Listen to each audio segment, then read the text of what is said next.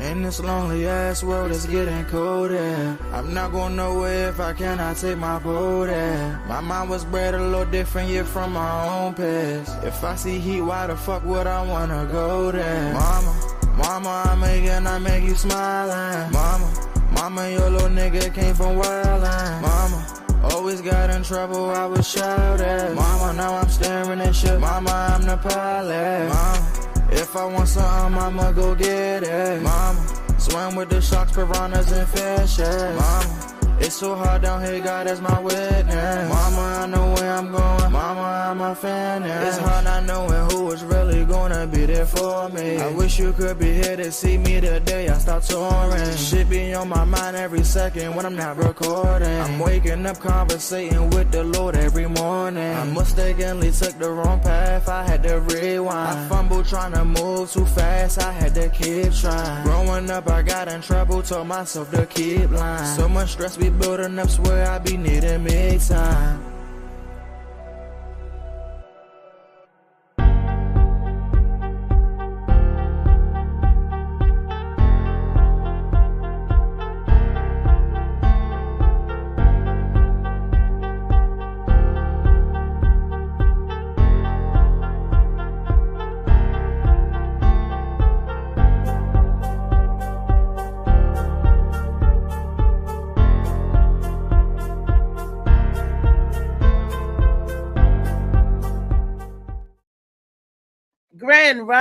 Grand Rising, my babies. How are you guys doing today? It is Turn Up Tuesday. Yes. And we're going to turn up and have a good time like we always do. That's what I'm talking about. Today on the Morning Max Show is brought to you by the two sponsors that always sponsors our show. And a lot of gratitude go out to Shades of Blue by AM Morning. Thank you, Miss Misha Merritt, for sponsoring and loving on the show. And Molly Mall, CMOS. Thank you, Mr. Molly Robinson, for loving and supporting the show. Okay, when I say that these two products are awesome products, I really mean it from the bottom of my heart. This right here holds 102 vitamins and minerals, okay? Now, out of this 102 vitamins and minerals that's in this product, 92 of it that your body needs and uses. What? Look, I don't know about y'all, but the flu and COVID and none of that stuff has gone anywhere. You need to really boost your immune system when you're out there. Then this helps. This really does help. Dr. Sebi used to talk about this. This is something that's really good.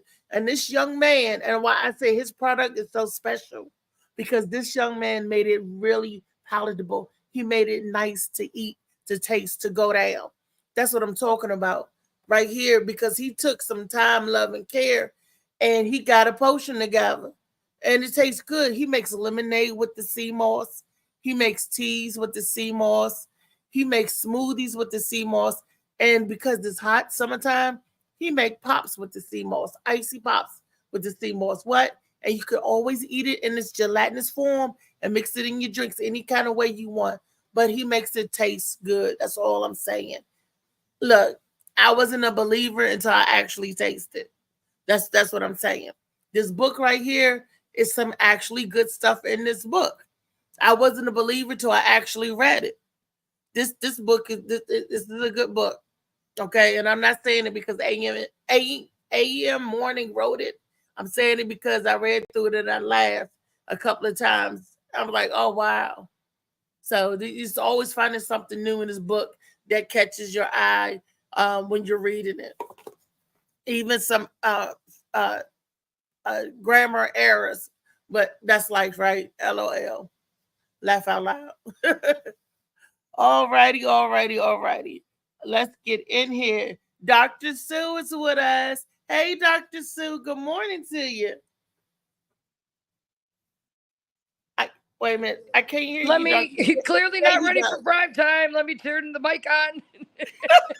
It is great to be here. Thank you so much for having me. It's good to see you and talk with you. And I love a good potion. Look, I'm telling you, Molly Moss, sea moss is delicious. You will love it, and it gives you energy. It helps when if you have asthma, any type of respiratory problems. It helps with that because it eats up the mucus and it eats up the inflammation. So sea moss is good for a lot of different things.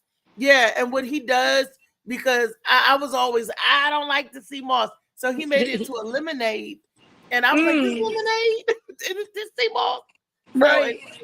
So his product is very good. The way he does it is really nice. And of course, you got to get you a copy of the book Shades of Blue. I was just going to say, I was hearing amazing things about the book, so I got to get a copy. Is it on Amazon or? Yeah, let me tell you, it's all over. You can get it from Amazon. I heard it's Walmart, really good. Yeah. Target. And it's even on audio. If you have an iPhone, you can go to your Apple store and it's in the Apple section of the bookstore and download it.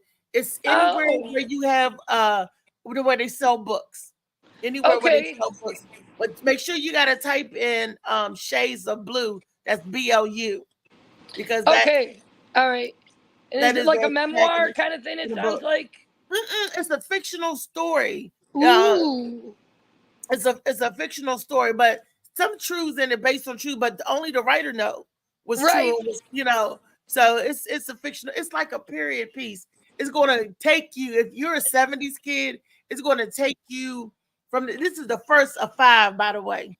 Really? And it's going to take you, it's going to take you through the eyes. The first book is read through the eyes of like a 5-year-old. You got to keep that in mind. Oh, interesting. The eyes of a child, and what this child and stuff go through as it ages and stuff like that. And it's really hot. I think you're going to love it. It sounds really interesting. I'm actually working on a memoir, but sometimes I think I should fictionalize it to protect the innocent and the guilty. Everybody got a story. Everybody got a story. Good morning, Destiny. Destiny Andrews is joining the cast. Good morning, Destiny. You can't hear me? Good morning, Destiny. Good morning. How y'all doing? Destiny. And are y'all as tired as I am? I know I am. I don't know why, but it was a fun show last night.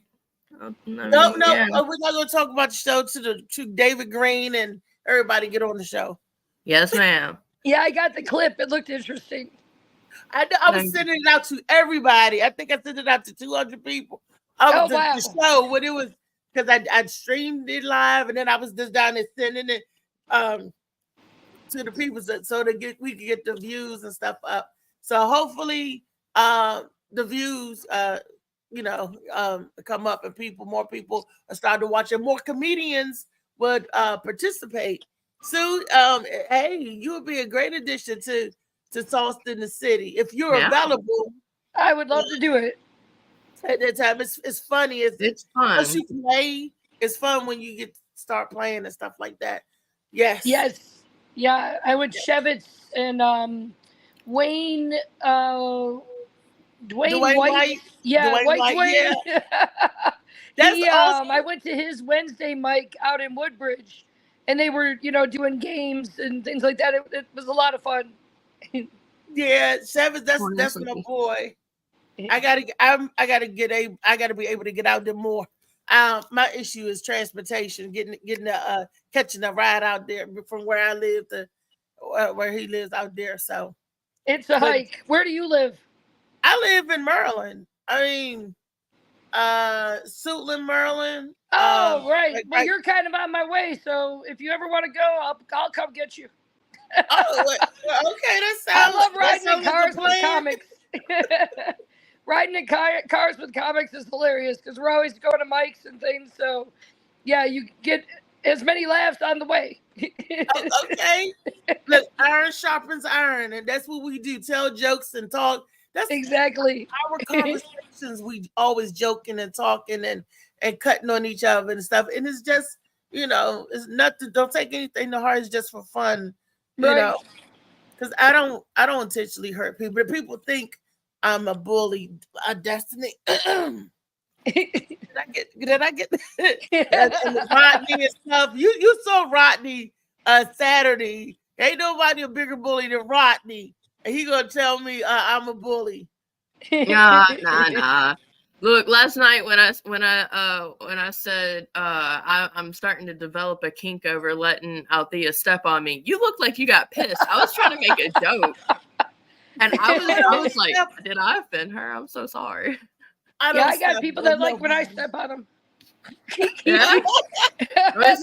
We throw on heels while you do that. So I mean, you gotta have money for me to step on you, right? You gotta pay me. I'll bring $25 in cash next time when I meet you in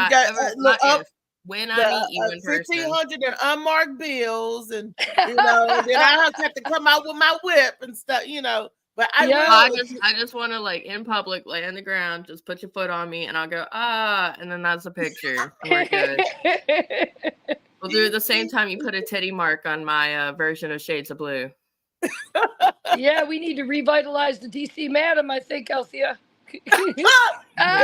Well, yeah, all these little men in this city. There's a lot of money to be made stepping on little men. Look, really, I would do that. I would do that.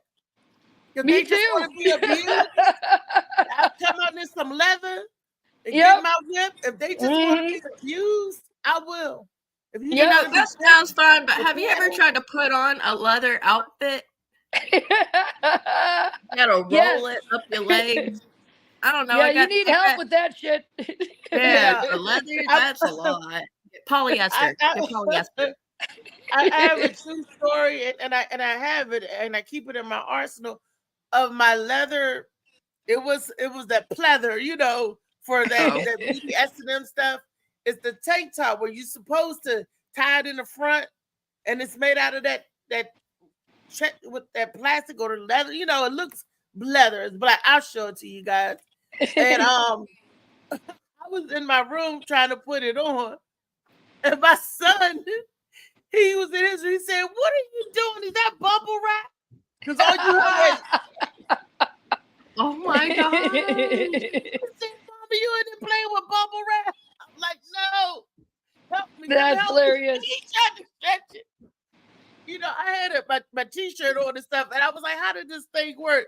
So he up there stretching it. Him and my other little cousin, they stretching it. They trying to stretch it so it could come around. I was at Dark Odyssey one year, and there was a German dude that showed up. All he was wearing was bubble wrap. That was his erotic outfit. It kind of worked for him. Bubble wrap. That was funny. So that the halter top, I could say they was like, "Mom, give it up. They ain't gonna cover nothing. That ain't."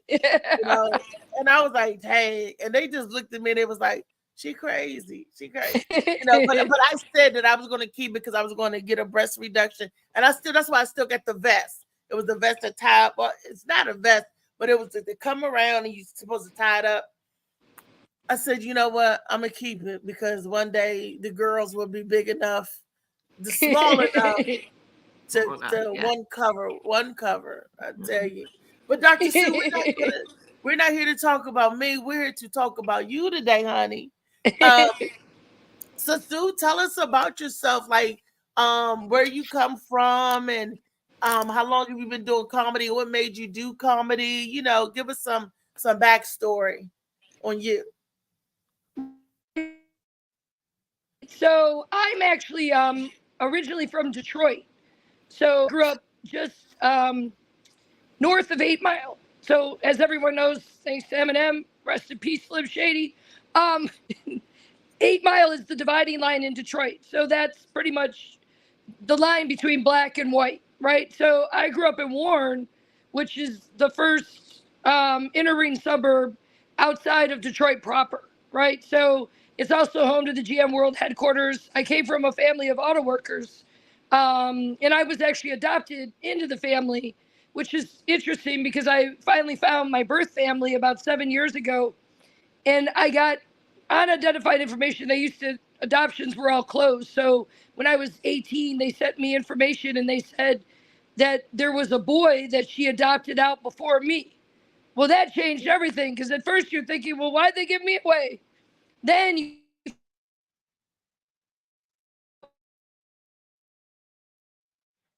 I was the second you gave away, what the fuck, you know? Wait, I ended up. Wait a minute, Sue. I didn't hear what you said. Yeah. Did it freeze? Yeah, you started Yeah, breaking up it after did- you it did. said there's a boy.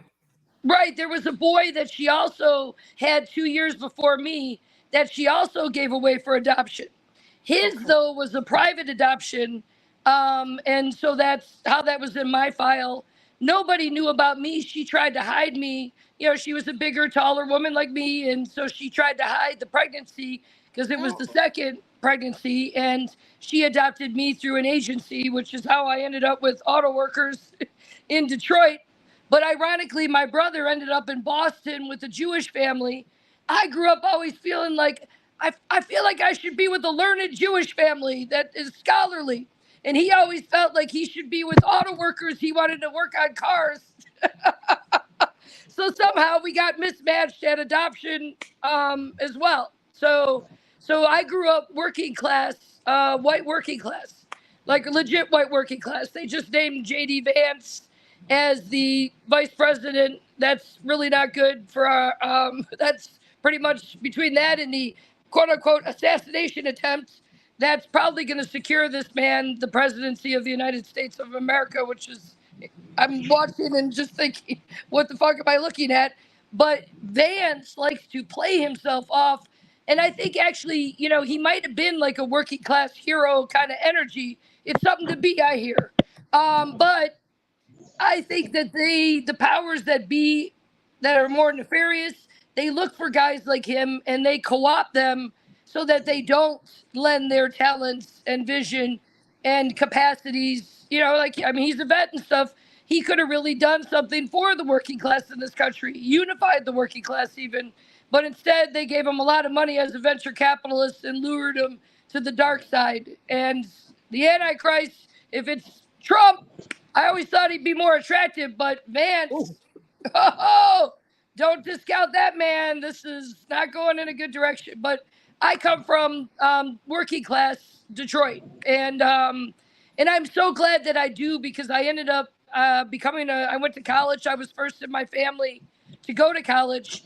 Ended up going all the way on to a PhD and became a professor. I'm a professor at UDC, and that trajectory allows me a really different vantage point on whiteness in this country.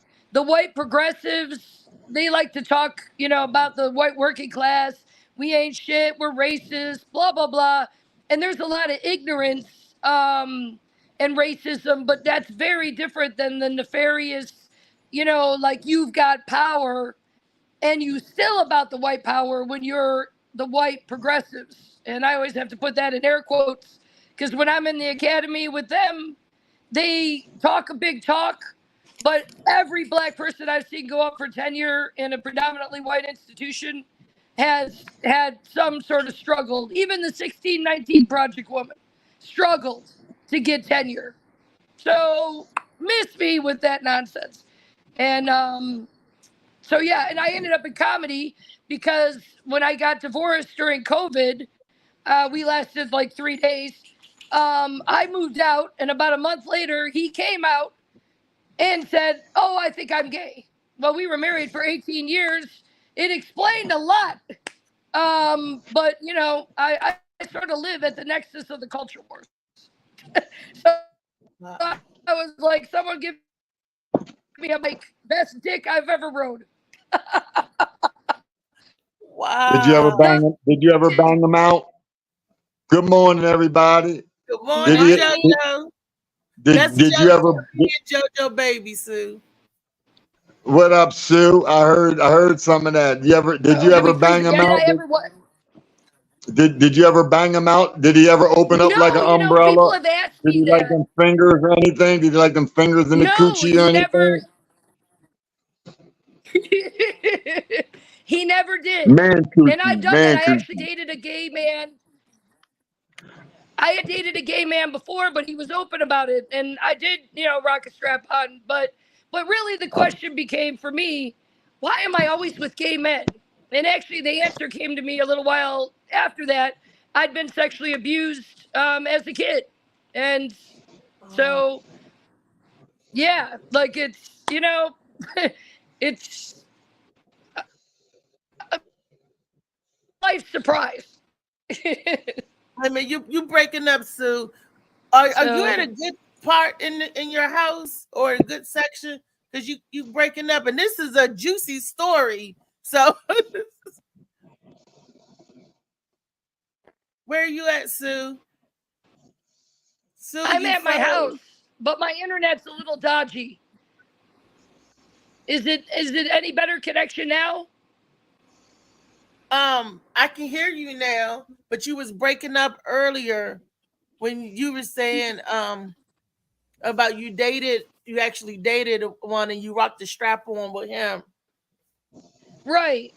Yeah. And and I had to, sort of recognize when my ex came out, I've really all my significant relationships to that point had been with gay men.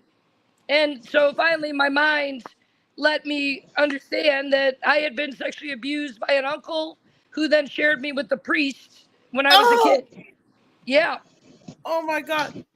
Yeah. Oh my gosh.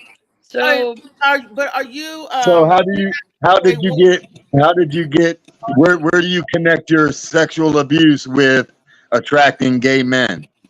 I think it was safe. It was they make no sexual demands. Yeah. And I provide very good care and feeding. Apparently, the man is still mad I left. He's like, "You left." I'm like, "Bitch, you're gay." Like, thank God I left to liberate both of us. Right. But it was safe is the best thing I could explain it with is, no sexual demands. And so I built my career, I built my family, and then I freed myself. And now I've discovered my own sexuality. But you want some demands. You want some demands now. Right. I want, yes. and what is your sexuality? Do you consider yourself straight, gay, fluid? Yeah. No, it's funny because people would often say, because I'm a larger, loud female, I'm assertive, So a lot of people, when, we broke up and they heard somebody was gay, they said, well, I always figured one of you was gay, but they figured it was me.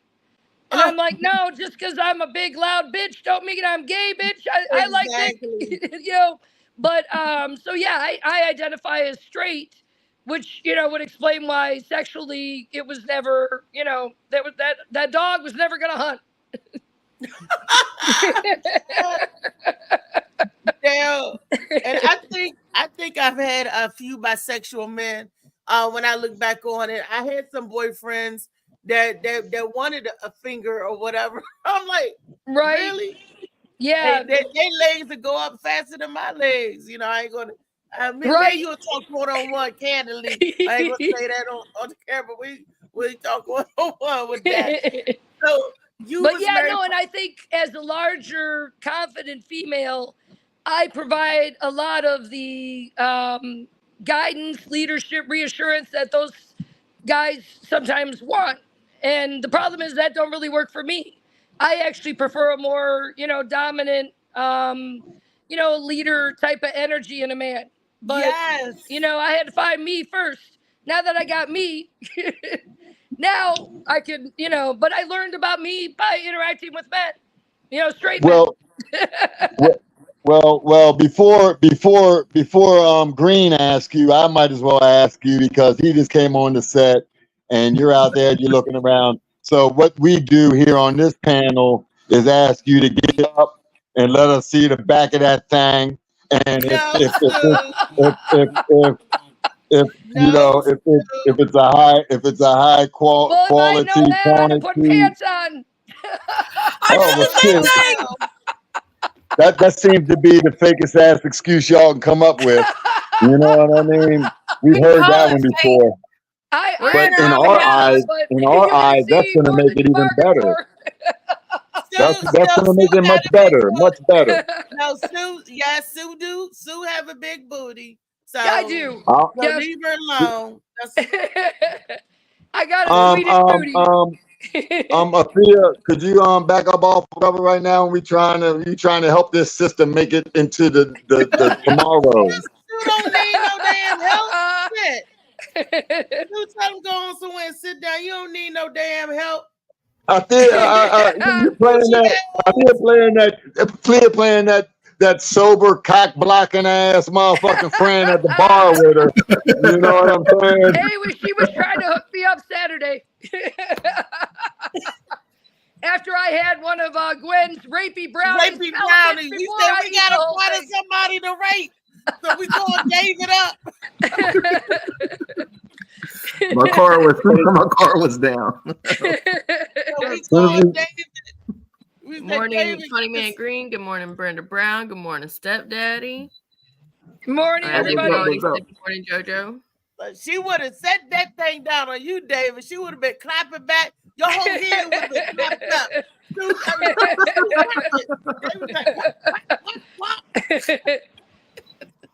Shorty would have ran that thing through the car wash first too. You see what I'm saying? That's that no brush car wash you got. You know, that no brush car wash. So that was so scared. She ate a whole rapey brownie, and we was like, "That's the whole thing." Sue was cracking up. Lee wasn't Sue. She was fun. She was laughing the whole time. I was like, Sue. I said, Sue. I asked her because I said, Sue, something wrong because she was acting wrong. She was just. And I said, Sue, did you eat the whole brownie? She was like, yeah. I said, oh, I ate the whole brownie. That shit should come in the morning. She ate the whole brownie. Rodney said, what?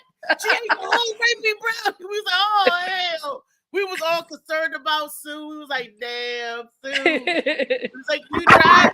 Sue was just cracking up. And we was like, we got to get you somebody to rape quick. We got to get you somebody. You know, no triggers. I don't want to say no trigger words, but it's comedians, jokes. These are jokes. I was so shocked when I got that phone call. Did you answer? I did all day because hey, I was like we was talking about licking bottoms, and she was like, yeah, I got the bottom lick once. And we said, was it David Green? Oh, no, it was a pity licking. The guy, it was a young guy. He was like, damn, how you 50 and you ain't never had your ass eaten? I got you. My nigga, you just gave me some hope for the future. You gave me hope for the young future, the young guys out there that would actually. You just gave me some hope that a young would actually talk like that to you. I am proud of that youngin. That might be the one you might want to go back to him and see what's up with him. David said no. David said he give good tongue.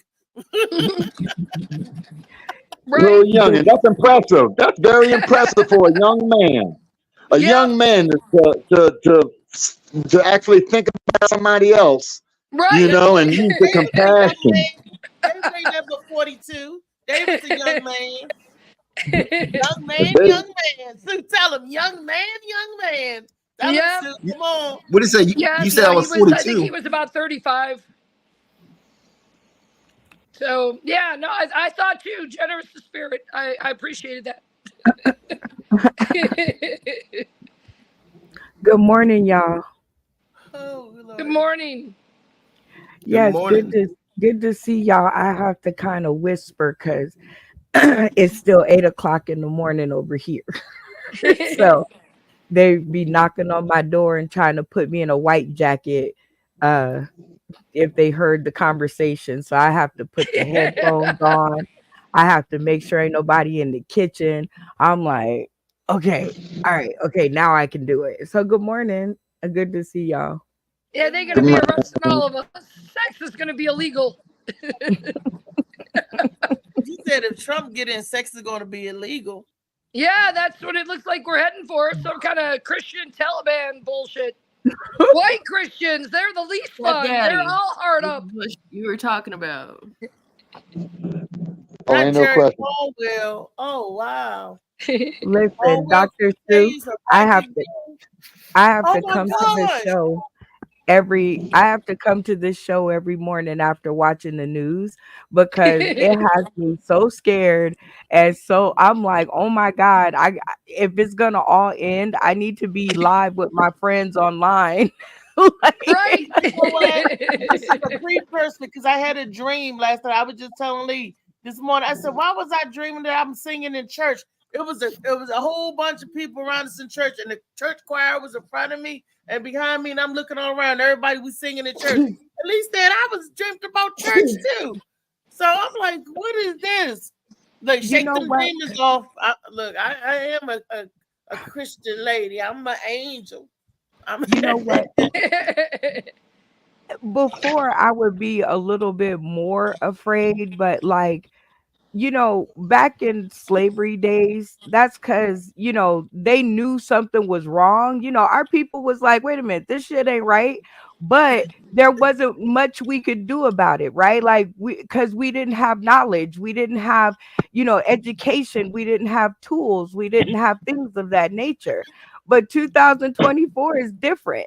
We ain't going back. So I don't know. Y'all get it together or say what you're gonna say. But I think the other community, I think we have enough money to have a say so this time.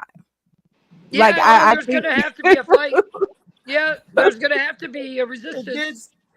But we got to stop that non-violence, and we got to pick up some snipers and stuff along the way. And there's enough for the Bloods and the Crips and all those other gangs out there that we can utilize as a front line. You know, I've already I'm like, okay, we got Chicago, LA, we got they down here, they even in North Carolina. We got Didn't y'all see the all the culture? All the fun. We got to get our ninja assassins. They got to throw the stars. Wait. Yeah, everybody quiet for 1 second for me, please. 1 second. Spike Lee, Oprah, Tyler Perry. If you guys are listening, she just gave y'all next series. Okay. Yeah. So y'all clap it up for Althea, because if they get hold of this video and I see anything like this on Netflix or CBS, or I would be like, Althea, go pick your check up, girl. Because yes, we need to get all together, all of our resources. Some of the ancestors. All of the ancestors. Not like going back. We need superpowers for this shit. But this actually could be. It could be the opening for. They keep talking about the Second American Revolution. It could be the opening to actually make this country what it envisioned, what it was supposed to be, what they sold out right out of the gate on your backs. Well, no. What's gonna happen is this. It's all gonna be a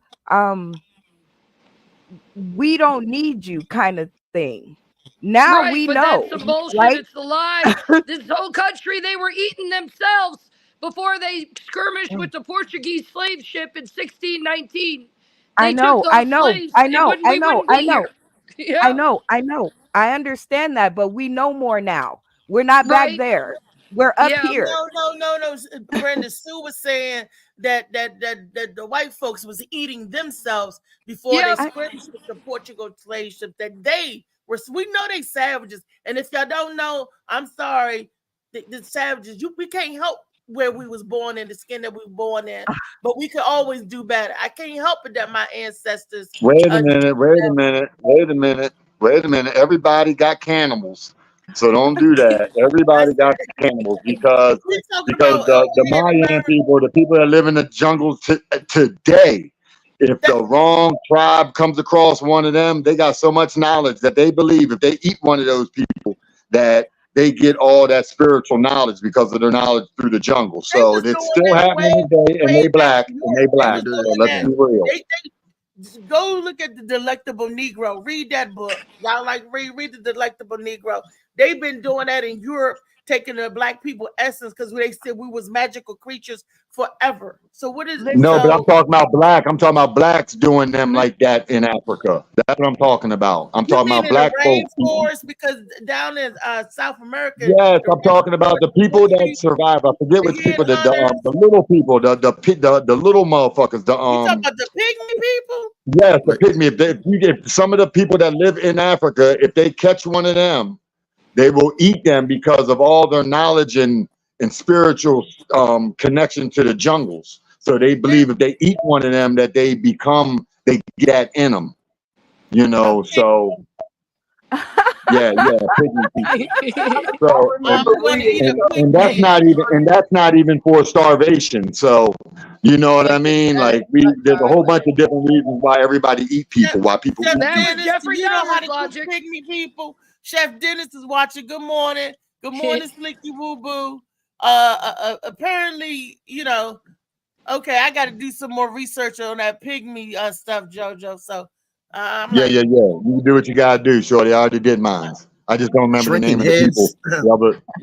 The other tribes that when they come across them in the forest, that they take one, they take them and they Okay. Well, I mean, you know, it's a little bit more deep. It's deeper than that. It ain't like your regular hood niggas in PG County sitting in front of the Dollar General. You know what I mean? It's a little different.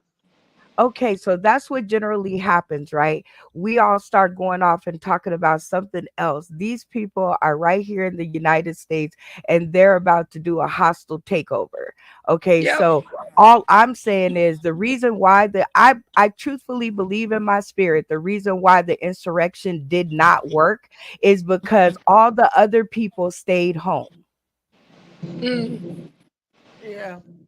So when they realized, when they realized there was a lack of people there to hurt, right, to harm, to fight with, they only could fight with themselves. So that was the lack of collateral, right? There was like one person or two people or something that were hurt or killed or something like that. Right, 7. Imagine if all the other people would have showed up to the Capitol. Oh my God! And most of it was like dreamland. You're talking about bringing it back, but you're talking about fantasy shit that didn't happen. So what's the difference? We can go off subject to talk about shit that's fantasy. I'm talking about the reason why people like throw other things out there, like Trump's false Tubi movie. You guys are, you know, we spoke about that earlier this week. What I'm saying is all the other people, it's going to be a financial fight. So get ready to financially defend yourself and what you own against them, because that's what's about to happen. That's what I'm saying. Well, okay. Well, okay. Now let's get back to you, Dr. Sue. So, right, you married 18 years to a man that was gay. Was there any signs of that? Because this today was about introducing Dr. Sue on the Morning Mac and telling her story and the comedian, how she came about. I guess after being married 18 years with a gay guy, I guess that I would tell jokes too. I would right, you know, what do you do after that? Laugh. And actually, it's funny because for a while, it took me a minute. I've been doing comedy for about a year, little over a year, and it took me a minute to really own that. Some of you may know Dawood Shabazz. He's he's a comic out of Baltimore. So I was at the South Baltimore Mic one night, Fielder's Tavern. And, you know, I actually didn't go up that night, but he went up and he said something. He referred to me as the White Devil. I was the only white person in there. He referred to me as the White Devil. I was like, wow, I haven't heard that phrase in a long time. And then, you know, I kind of made me interested, you know, more in, you know, in him and his perspective. I saw him again. He showed up at Nottingham's in Columbia, which is where I started with Sean Savoy and his folks, Dion, over there. And and Dawood showed up over there, and you know, he was saying something about, oh, you must have some real stank pussy to make your man gay, which I've heard before, right? And I got my feelings about it. And then I looked in the mirror and I was like, wait a minute, that really ain't the story. You know, I think the reality may be he couldn't handle this pussy. But but one of the younger comics said to me, he said, you lead with the gay husband. And that changed everything. That's how I got to my first set. And, you know, but really, when I look back, there weren't a lot of signs per se. You know, most people were actually surprised. He got together with a dude real quick. A legit Santa Claus is now his partner. I call him, now I call my ex Blitzen. But, you know, like, even his new partner's like, sometimes I'm not sure if this bitch is gay. So, you know, he's what you call a bear in the gay world. So they're hairy. They go naked camping. You know that you can have even a more luxurious life if all three of y'all put your incomes together. Right. Yep. Now those two ball like gay men. They got lots of money, but they're cheap as chips. So I'm like, I don't know where y'all think you're taking it. But no amount of money is worth staying in that shit. I'm much happier now. Look, you said they bald, but they cheap as hell. So they Jewish gay men. Okay. That's what they matzo ball soup and yarmulke. Okay, gefilte fish. I get it. Okay. No, you got watch out, Racy. You know, I'm inspired, Dr. Sue, how you took it and you turned it into laughter, right? Because a lot of women are broken, like not would have been, they are broken when they find out something like that at the end. So kudos to you for taking it by the balls, all puns intended, right? And using it on that's stage. why I'm gay. That bitch took my balls. Like I couldn't even imagine like finding that out about somebody. I think I'd just be stunned. And after how many years? One more time for me. 18 years, but actually, holy crap. It really allowed me to understand, you know, because I had been sexually abused, but my mind had hidden that from me because it was so traumatic. So it really gave me the path of access to myself. Comedy is how I refound and built myself and my confidence. Nothing builds confidence like that, Mike. Oh my God. I know, right? I tried it like 5 times. I was like, okay, I'm going to do it the first time. All right. It wasn't all that great, but okay, let me try again. 5 times later, I finally figured out you're not a comedian. So kudos to you for going the other way and saying, yeah, I'm going to use this. Yep. No, I'm in such a better place in my life now. You know, having done that work, you know, really gotten acquainted with me and stand in my power. When I'm on that stage, that is my fucking time. Try and interrupt me. I will check a heckler immediately. But I like hecklers, actually. You can make them part of their show. I mean, they just want attention. So, I mean, I do mine in a loving, touching way, you know. You know, I care about them loving. I'm glad you took Dawood's words and turning them around for motivation and energy and vitality towards your comedy career, because that's my dude right there, and he raw. Oh, I love Dawood. Dawood and I are no. I'm just saying that. I'm just saying that you did the right thing by turning it and saying, hey, that's him doing his shit. You know what I'm saying? That's not my story. That's not my story. You know what I'm saying? That's just him telling, you know, a joke off of me. You know, that's it. Well, right. Good job. It's activating me. That's something about me, not him. You know, it's activating me. Exactly. That's usually what it is. That's usually what it is. I mean, shit, we don't really care about it until it affects us. It hits us in the head, and we go, "Oh, wait a minute." Right. But that's a chance to grow. That's a chance to grow and love and connect. You know, like that actually, it was from there that Dawood and I became really, good friends. Because I looked in the mirror instead of looked at him and, oh, what a jerk. You know, no, why am I reacting to that still? You know, that's what I had to look at. You know, I started off my New Year's with Dawood, JoJo Baby, Lee, Phil Page, Colton Morrell, the Contractor, all of these great guys, because it was a New Year's Eve show. And they came out and we spent New Year's Eve together. Get together. New Year's Eve, get together. That's what it was. And then it just me and JoJo was already family, but it just like brought everybody else in to us even closer, you know. So Sue, now you're part of the family. When I talked to you, said, what did I say? Like, Sue, I was like, okay, I was like, I like this girl. I like it. The energy is great because, you know, we all have our own problems, but then we start listening to where you've come from. And I know all of us go, well, at least it ain't that bad. Setback. Right. Did you say setback? I love single life is tough, but it ain't married to a gay man. Right. At least it ain't that bad. For like 15 years, there was nothing. Well, that's gratitude. That's one of the best tricks in life to turn your situation, take a little bit of the weight off your situation, knowing that somebody else has got a lot worse than what you're going through. No matter what it is you think you're going through, that's tough. Somebody got it tough. Dr. Sue, like, at least Slicky said, "Congratulations, you want a cookie?" Yeah, I got a cookie. It's a great cookie. I got a cookie. I got a cookie for you. I got a cookie. You can be the cookie monster. No, you don't want JoJo cookie. JoJo, put your cookie away, JoJo.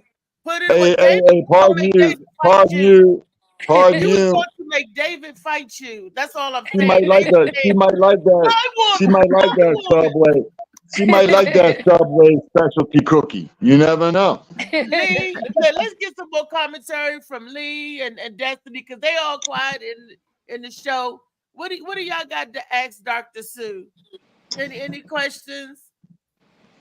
Oh, how many kids did you have, Dr. Sue? We have two boys. Do the boys know their dad is gay? Oh yeah, they do. And my younger one, I think it was hardest for my older one. He was 10 when we split.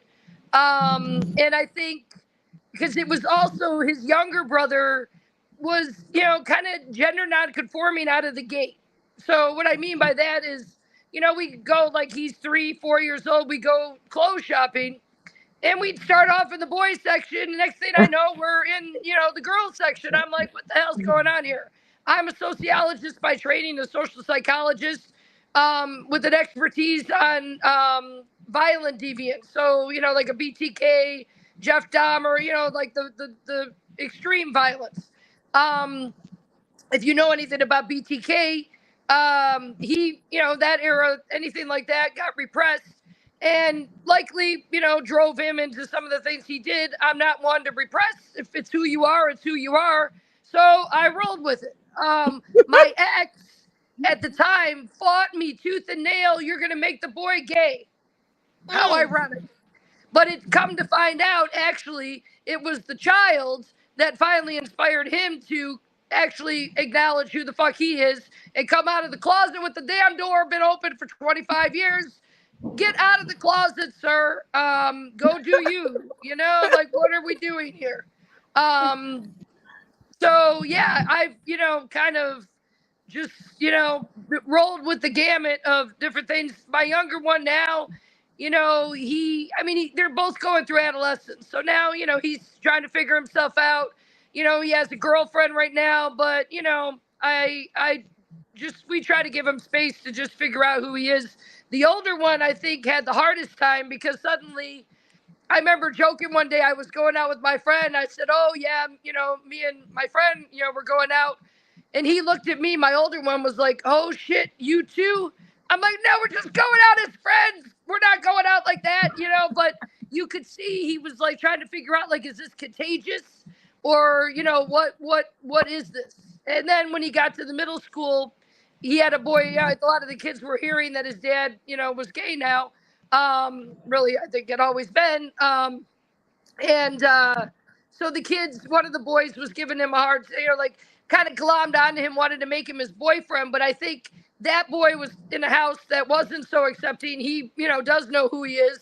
And I think he was trying to find a space where he might be able to explore that more. But, you can't make someone gay or straight. My older one, I've known he was straight from the jump. The younger one, I don't think, I don't know who he remains to be seen, but like straight, yeah, probably not. So, but that's the sort of thing you'd expect to come out early, in life. If, because people do have different wirings. Part of my training is sex research. I was trained at the Kinsey Institute. People have a lot of different wirings. And, if you try to make them what they aren't, you're going to make them crazy. It's the parents too. They need to see the doctors and the psychologists when their kids are going through this, because I know a few brothers that cut their kids off when they came out. You know what I mean? Like it's one of the things in the hood that a lot of men can't accept somebody else making the choices in their life. You know what I mean? Being their life.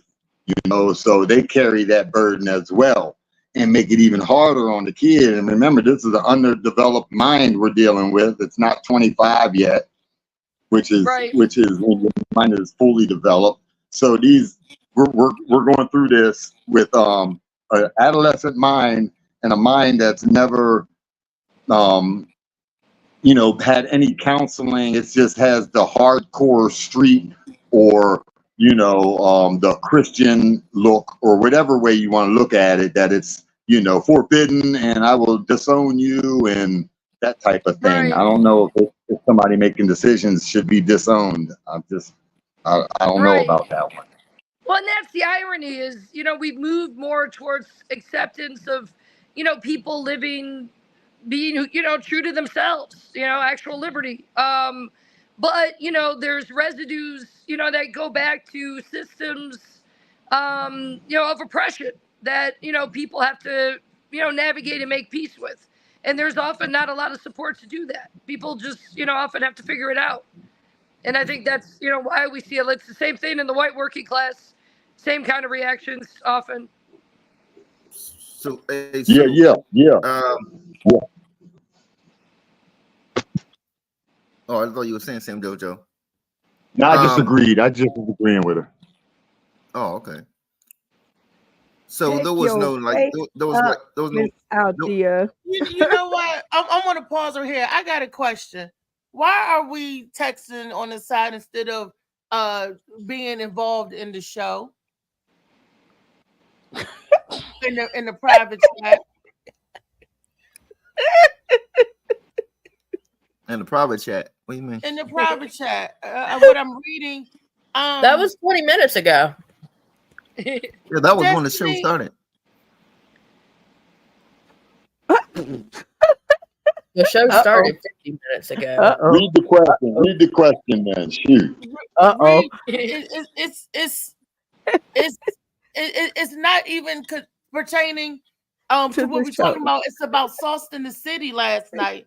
About the damn game show with Sauce in the City. We're trying to focus and give Sue a welcome. On Sue a welcome. And y'all talk about Sauce in the City. That was. Well, I think all this. Go deep. Go ahead, Shorty. Go ahead, Green. I said enough. No, I mean I'm trying to get and I'm like, what are we talking about? And I'm reading. And all right, get back to it. You got it. Way to put it down, baby. That's right. Grab the reins. Grab the reins. This is what it is. Oh, when your cousin. It's not necessary to read it if we're going to stay on subject here. No, I'm getting your shit today because this is wrong. I think I said before, it's in the side comments because it doesn't pertain to what's being said. We didn't want to interrupt what's being said to say this over all here. All you got to do is talk. We talking in the show. We all having a conversation. Everybody should be in this conversation, not the conversation over there. That's back. That's back behind the scene kind of stuff. That's okay. This is the first time you've gotten onto us for having a side conversation. No, I said that before. Have I not said that before about texting? Don't text. We're in the show. We talk. I think we should have a 1 minute Joan out session for you and whoever was in there. I think you just go ahead and Joan each other out for a minute apiece and see, and then keep it moving. No, I don't Joan out. You want to Joan, JoJo baby, and take a minute. I don't care nothing about them having a side conversation. I never paid attention in school. Shit. You know, and I'm that we stay in and do you because I see stuff moving, and I'm like, what? That's why Brenda said out there, pick your face up, and I'm like, what the? Oh, you heard that? I'm sorry, I didn't know it came out loud. Pick your face up. And I'm like, what is going on here? And David Green said he had cried since he was 13. And I'm like, no, that was no. DJ Woo Woo said it looked like I was crying or something. When I was listening to Dr. Sue he said funny man, you look like you're about to cry. And he said, now you smile. And I said, never, I haven't cried since I was 13. Your girlfriend left you? Oh. If you part of the panel, I would like the panel to speak. If you're in the comments, you're getting me confused for people that's leaving actual comments. Yeah, that's what I was responding to. I was responding to DJ Slicky Woo. Yeah, but we talking here, so we, you know, the panel, the comments is for people. So you were actually in comments, and she was looking at private chat. Okay, I see it now. I'm looking at both because I'm clicking and trying to see what Molly put in the private chat. He sometimes leaves, and I'm like, all right, well, whoever was doing that out there, I think you should give a timeout for a couple minutes. You know what I mean? Put mute. They got to put mute on. That's not necessary. Okay. Already addressed. Let's move on. So back to what you were saying, Lee. What did you say? Is Lee saying anything? Nope, Nita has not had a chance to say anything. Okay, I'm sorry. Calling on you now. Who said that? Hi, Lee. I said they're calling on you now. Hey, JoJo, chill, bro. Chill. How's everybody doing? All right. Awesome.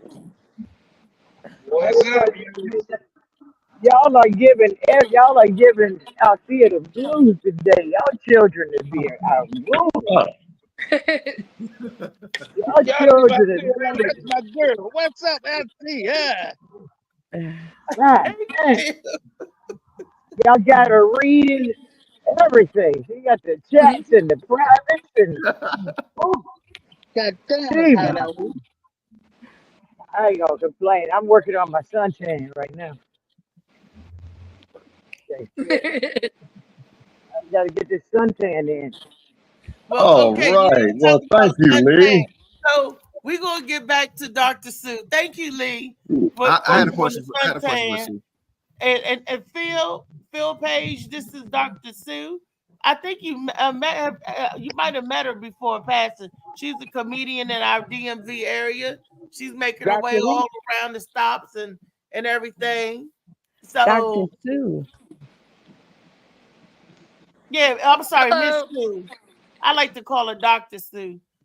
But it's Miss Sue. So it's Miss Sue. Yeah, the Miss Sue just kind of stuck on the stage, so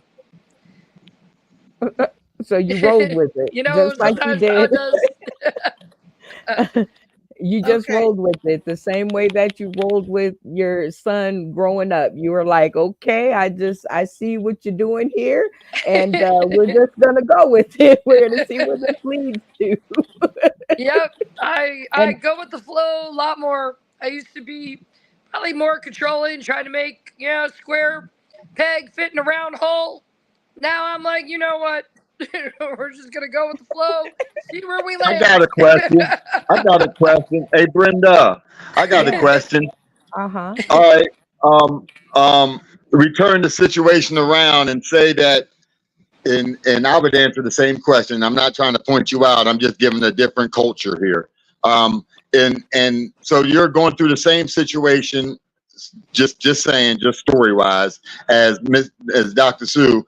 And how do you handle your youngin that's going through like what Dr. Sue's going through with the young one?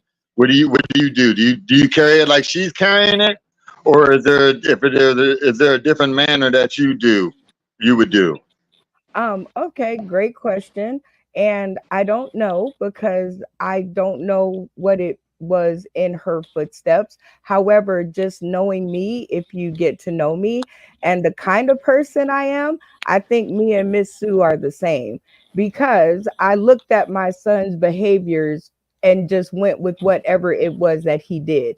Now, did I celebrate when I walked by the computer and saw him watching a girl in some really short, tight pink shorts twerking with a big old booty? Was I excited when I saw that? Yes, because I was like, great, I think I'm gonna have grandkids and it's gonna be a shoo-in.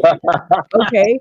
Then when I started seeing, the socks, the crumpled up socks, I was like, oh, okay, yes, all right, we're headed in the right direction. And then one day I just mean he jerking off. You don't know what he jerking off to. wait. She just told you she's seen it. She said she saw it. Right. The girl in the pink shorts that was twerking on the computer.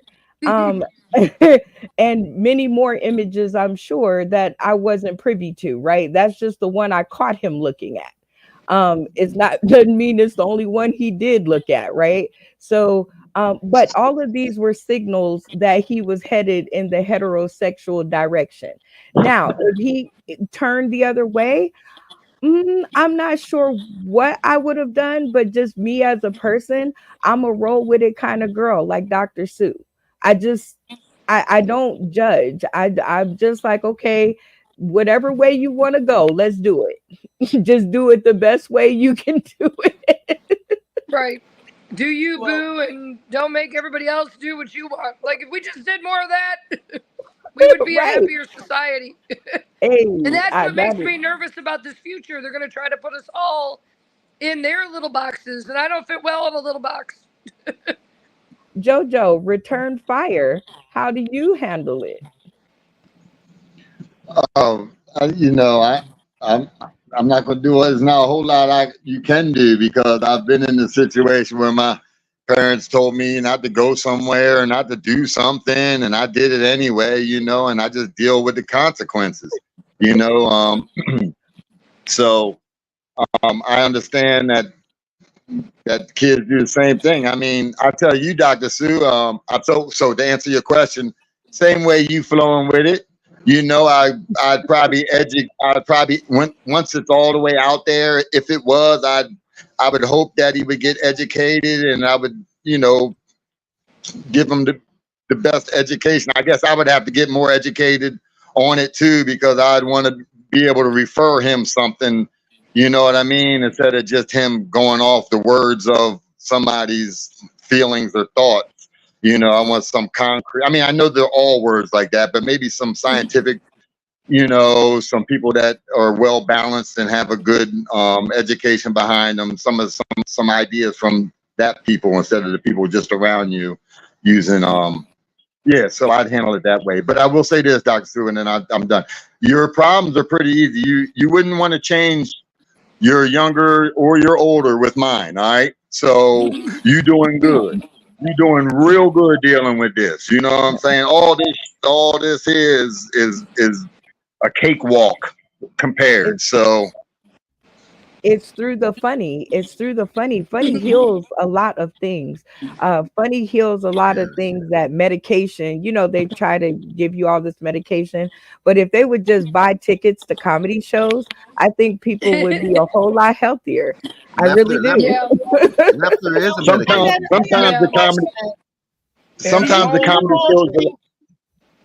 Because we got 3 guys on the chat here. I had a question for the men and the men out there that's watching. Do you think that women are more accepting of their son being gay than men are? Yes.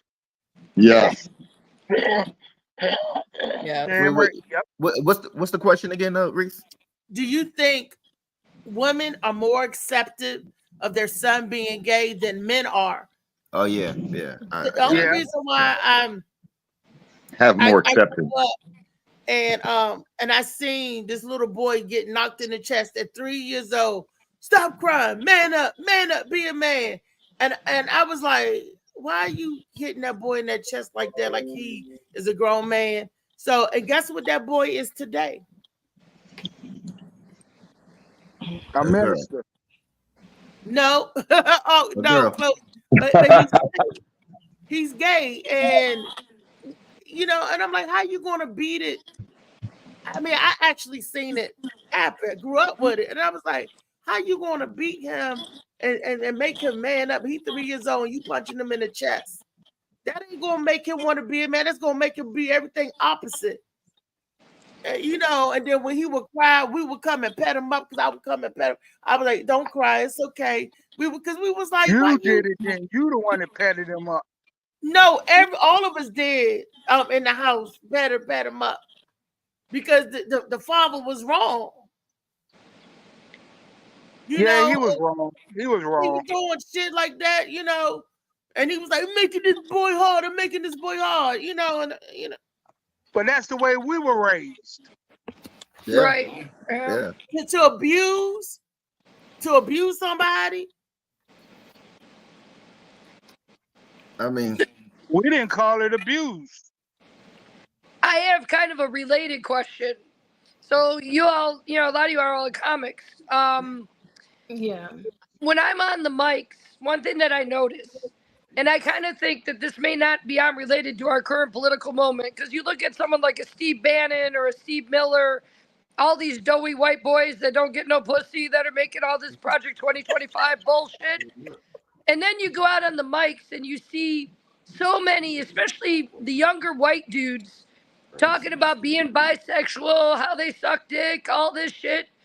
My thought bubble is like, did all the white men go gay? What the fuck happened here? But all the cute ones go gay because it looks like all the cute ones is gay. Hey, let me get some of this. Let me get some of that because me and Dawood be tripping about that. You know what I'm saying? Like, yep, they you know what I'm saying? Like, that's like the fallback joke when you're not getting jokes that you'll eat a ding-a-ling or something. When you're not getting I've seen that 100 times. Like, yeah, you know what I mean? Like, I don't get it either. Do you think it's shock, or do you think they really are all like bisexual? I can't go off of that because their comments on stage, and I say shit that ain't always true either. Right. I think there's a lot to do. I think it goes back to me and our kids in this generation because we took sex education out of school. We bypassed them knowing about their own body to them knowing about outer body experience or other people experience. We didn't get all the steps. When we was in school, that's when we took all the steps. We knew what our body was and what our body did, right? And then we knew if we get to other bodies, we know what it did. Now kids are out there experimenting because they're not being taught. It was like, hey, my dick hard too. Let's sword fight. This is what we do with it. That is not how What the hell are you looking at? Hey, that's real shit, though. I feel that's some real shit you saying, yo. Yeah. That's just how this generation goes about it. That's how they go about it. Because they don't know. We messed them up. We Return of the Jedi. Out. That stuff need to be back in school and be back taught. And when we took it out, and they was like, I can't life. I find it difficult doing this thing. I said, what? Adulting. because we are not equipping our children with the shit that we had coming up. Everybody again on the panel, we had some good shit. So why didn't we pass it on to our children? I did. I actually not did. you per se, Brenda. no.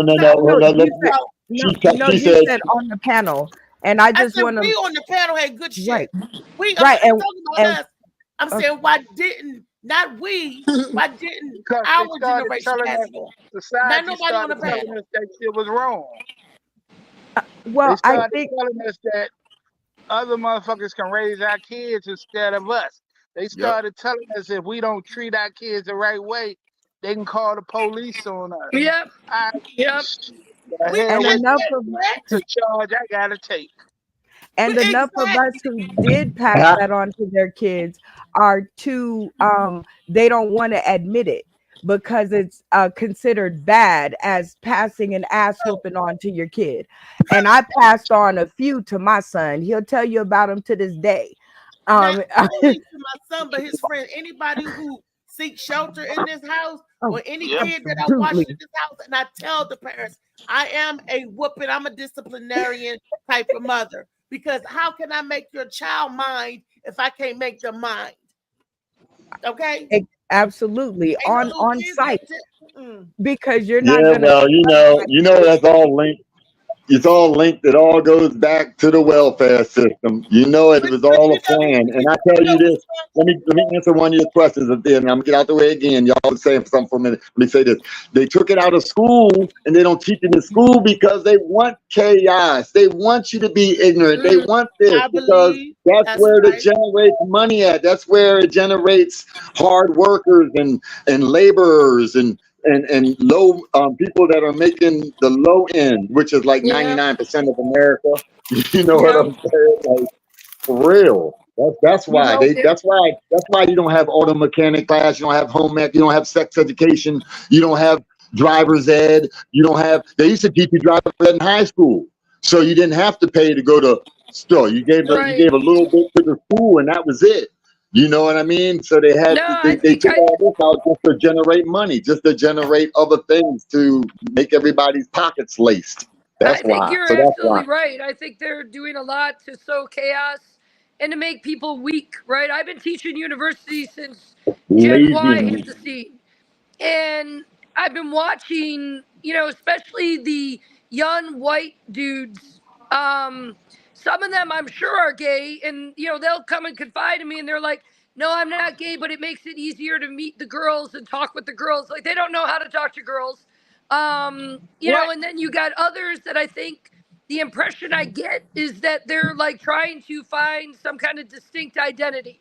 Oh, I'm going to be bi, or I'm going to be gay, or I'm going to be transgendered, because white male is, a very especially if you come up as a young white man, it's a very contested identity right now. And you don't understand all the history because you just got here.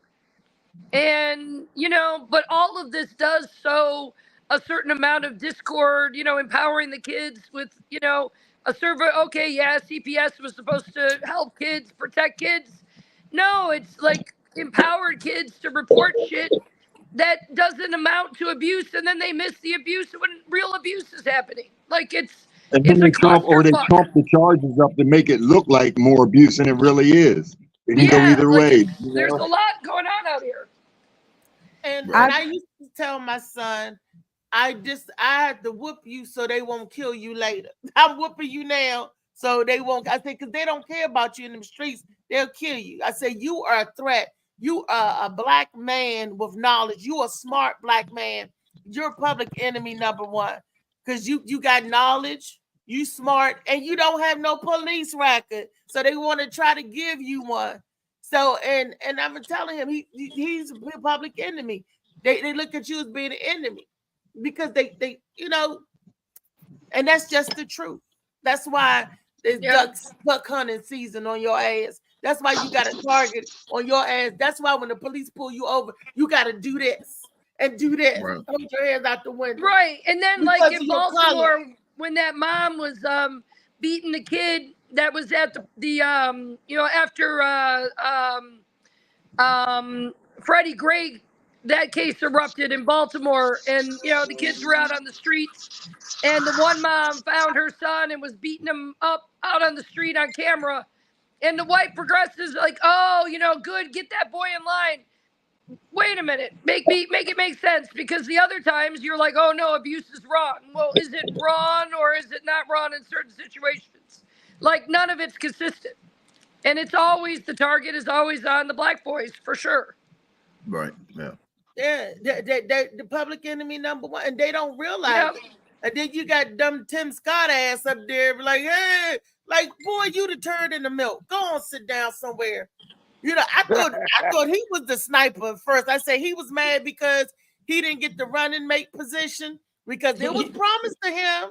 It was on national camera. Tim Scott thought, yeah, I'm gonna be vice president. Not you're right. not in this regime. You're not. And then all the other ones that I'm like, really? Your place? Look. Yeah. Like Jay-Z had a song. He said, poor in, rich in, white and black, and you still in. Y'all know what word I'm saying. I say it all the time on stage and stuff, because that's just me. But I'm not gonna say it on on TV, because some, just out of respect for some people that don't want to be called that. I don't give a I don't care. Watch your mouth. I have no that. But I've just always taught my son, like, rolling down everything that I learned when I was growing up. I think my mom and dad even questioned whether I was going to be straight or not, right? Because I was such a boy. I was riding motorcycles. I didn't care about my hair. I was outside just, hanging out with my uncles and doing as they did, right? Climbing on roofs and trees, skinning my knees up. So I'm sure my mom looked at me like, you don't want to do the tea party thing? You don't want to do the dog thing? And I was like, nope. Later on, you played hide and go get it. You played hide and go get it out there, though, didn't you? Yeah. I had an era Actually, I never did. Nothing but pants. I didn't play hide and go get it because I had an uncle who was only 2 years older than me, and we hung out real tight together, and he didn't allow the boys too close to me. So no, I never played hide and go get it. Oh, you missed some good I will stuff. always quit. I played, Brenda. You should have did like I did. When they catch you, say, I quit. No, because that ends up on the porch. That ends up in rape cases, 30 years later. So no. I'm saying, when the boy gets you, you say, I quit. I'm going back to base. I know. That sounds like the dialogue that happened with Kobe Bryant and the woman up in his room. No, they all kids. You're not playing with your uncle friends and shit. Right. Well, I'm saying is that's taught at an early age, and my uncle was like, nope. I mean, Dr. Sue, am I right? Those, if you don't do it as a kid, you're not going to do it when you grow up, right? Or maybe. Well, probably not. It depends on who you meet along the way. Yeah, I ain't gonna go there with you, Brenda. Nobody can go there because you're probably right. My grandparents didn't cuss. They didn't drink. They didn't do any of that shit. Went to church every Sunday. My grandfather and all their kids did drugs, party, and you know what I mean? Like, it doesn't always happen like that. Sometimes it's like a breath of fresh air when they do something because they see something different. The worst kids ever. It's like being a vegan. It's like being a vegan all your life, and somebody passes you a value meal, quarter pounder, and you taste it for the first time and love it. Oh yeah, and you love it. You know what I'm saying? You're like, oh my God, I've been missing this. Right. I was actually just, growing up, I had that all-American, let's just put an air quote on it, even though you can't see me. I had the all-American, upbringing. Like what exactly is that? I don't know. We rode bikes. We went on vacations. I never saw that shit in my neighborhood. What the hell is that? I know. That's what I'm saying. Vacation Bible school? No, vacation, like we would go to Disneyland, we would go visit our family in other places. You know, we did that kind of thing. As So a family, yes, you had a mommy and a daddy. yes, Damn. a whole You a mommy and a unicorn. whole daddy. You a unicorn. and You don't and exist. well, I do so. I'm right here. You a But damn unicorn. when I was younger, I was busy, you know, inventing games to play outside with my friends. I wasn't thinking about whether I was a girl or a boy. Like I was just having fun with, you know, what was in front of me, I guess. And the things that were in front of me were motorbikes and dirt pies and you know, going outside and jumping into puddles and going swimming every weekend and, you know, skateboarding down the steep ass hill. You know, that kind of shit. So you was one of them people that didn't give a damn when your top came off in the pool, huh? 'Cause Nope. you were trying. I just kept on swimming until I got something up Really? there that made me go, wait a minute. That's what I say. It's Sister, I a tell you little what cities breezy that out you here. are. Yeah, like why is that sensation going on right there? Like, ooh, Yeah, that You same thing happened to me once. hit me. like, well, Like, I never had mosquito bites, Althea. I don't know if you can join me in this, but I never had mosquito bites. I just woke up one morning from a flat chest to a size B boobie. Like my boobs were already a B the next day.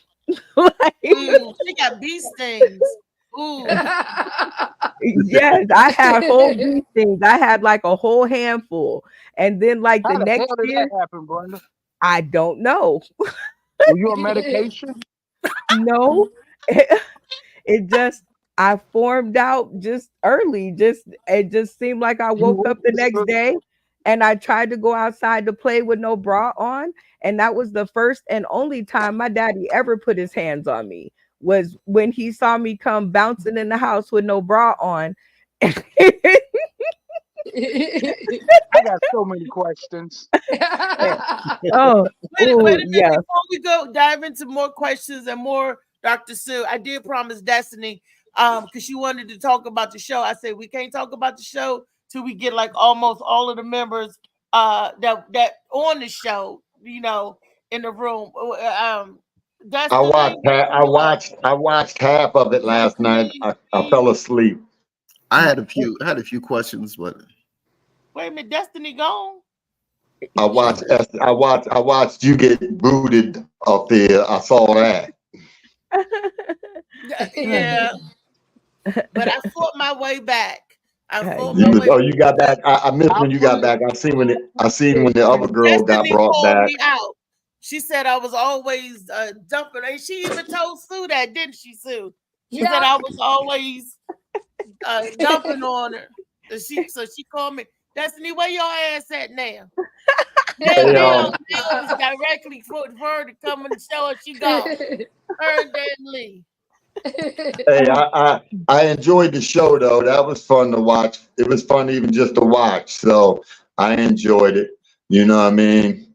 I can't even talk about it now because Destiny was supposed to give the recap about the show and bring that funny way. Dave was there the whole time. Let me collect my flowers right quick. Thank you, JoJo baby. The show is meant to be where no matter where you tune into the show, you should have a good time watching it no matter how long you watch it. Just like on this show, on the Morning Mac show, you should have a good time as long as you're here. Doesn't matter the whole show, a piece of the show. Yeah, I enjoyed it, and I saw myself banging some of that out. Some of them answers, I'd have really had fun with that little stuff what you had going on. You know what I mean? David Green, you stumbled up. You had a chance to really fire it up, but you were stumbling and fumbling and bumbling. You know what I mean? And that's why Shorty took that one, because you fumbled up on it. You had a good one. You just didn't lay it out right. You was on one, but you ain't presented it. The presentation didn't come out smooth enough. And we all do it. I ain't knocking you. I'm just saying at that moment, that's why in that part of the show just that part. You was great. Everybody was good. It was fun, like, because that's the spot the show puts you on, to be able to pull it back collectively and present it and be funny and be you and make sense. You know, as we build the show, we're only on episode 9, and Miss Sue, I would love to have you on the show. I think you would make. Oh, I would love to be on it. It looks super fun. Oh, come on. We'll get the information afterwards. But anywho, the show is based on development. It's a constant development as we go along. We're only on episode 9, and to be here, you guys need to give yourselves a big round of applause. Whether you're on the stream or whether you're tuning in, if you're a part of that show in any way, shape, or form, give yourselves a hand, because we're only on episode 9 and we got us a game going on. We got us a viable, yes, we got us a viable, like, you guys are all characters on the show. Everybody roots for you, just like I planned it from the beginning, is to shore up your audience and to make them realize what they got on their hands. Althea, the reason that you keep taking first place is because she means business when she gets on screen. If she get booted out, she pulls out her best 3 minutes to get back in.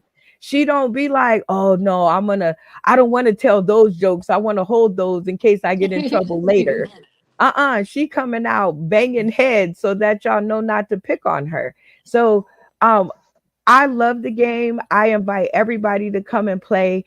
Whether you're a comedian or not, it's always fun.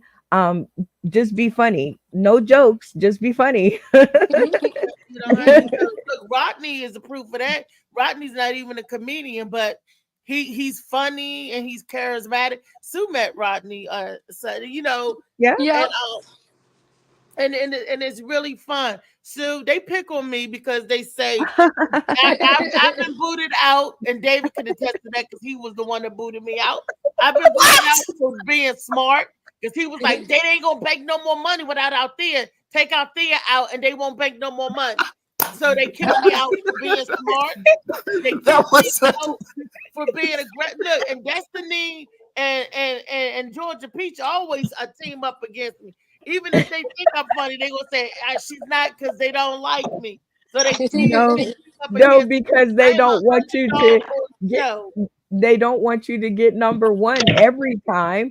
And sometimes there are times where you should not, in my opinion, and I can never have a vote in the game, so be okay with that, everybody. But that one time I was looking at David Green like, why did you give in? I would have held on, and then I'd have held on until it went to 0. There is no way I would have moved. But that was the first time that I was bet on. That was the first time that anybody placed the bet on me. That's what I got. And I said, Phil, I'm going to fight for your money, Phil. And fight is what I did tooth and nail. They look. Oh, let me ask a question. Get ready, because she stay ready. And I was getting ready to let Dave and them have it, and I was going to do a takeover at the end. See, Phil Page, congratulations. I told Phil, I said, by any means necessary, Phil, I'm going to fight for your money. And I think at that time, he was like the only one that betted on me. He was the first one that said, I'm going to bet on Reese. And now we have a full circle. Hold on. I bet on you too. It was me and Phil. It was you and Phil. Yes. Yeah. Yes. And he was the one fighting me. David was fighting. And here's the full circle moment. Y'all won again last night. So congratulations again to Althea McFarland for first place and Phil Page for the prize match win. So we have 2 people on the stream that won the prize, 60% of the pot.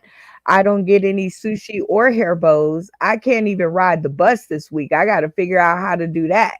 But congratulations. I'm playing next week. Yay. All of you guys, it's $5. Keep it fun, keep it funny, keep it $5, and you have a winning combination of fun. David Green, now you were writing comments over here, and you said you had questions. So if it's okay with Althea, shoot. Yes. This is the time. That's why I said, where Destiny at now? It's the time that we talked about Sauce in the city. Where's her butt at? It's your time. It's your time, David Green. Put on your armor like last night and come on in. And now his camera is frozen because I heard him laugh, but I didn't see his face. He was funny as a bug with that joint on. I was laughing. I like that. David was yes. good, except for when he made his team lose $10.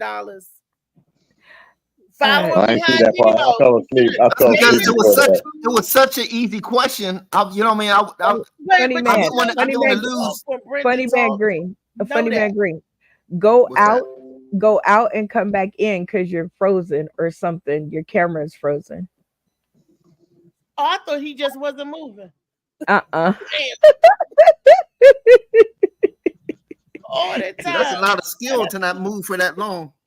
Yeah, you can hold it right there. When they say hold it right there, David, they mean hold it right there. Hold it, David. Hold it. Oh my God! This screen black on mine. Destiny had to go. She said, "Hey, some stuff has come up. I need to get done. Y'all have a nice day." Papa must have said he was coming home early. He got that whoop popping on her. Like, pow! Get lunch ready. I need an early dinner, and that house better be straight.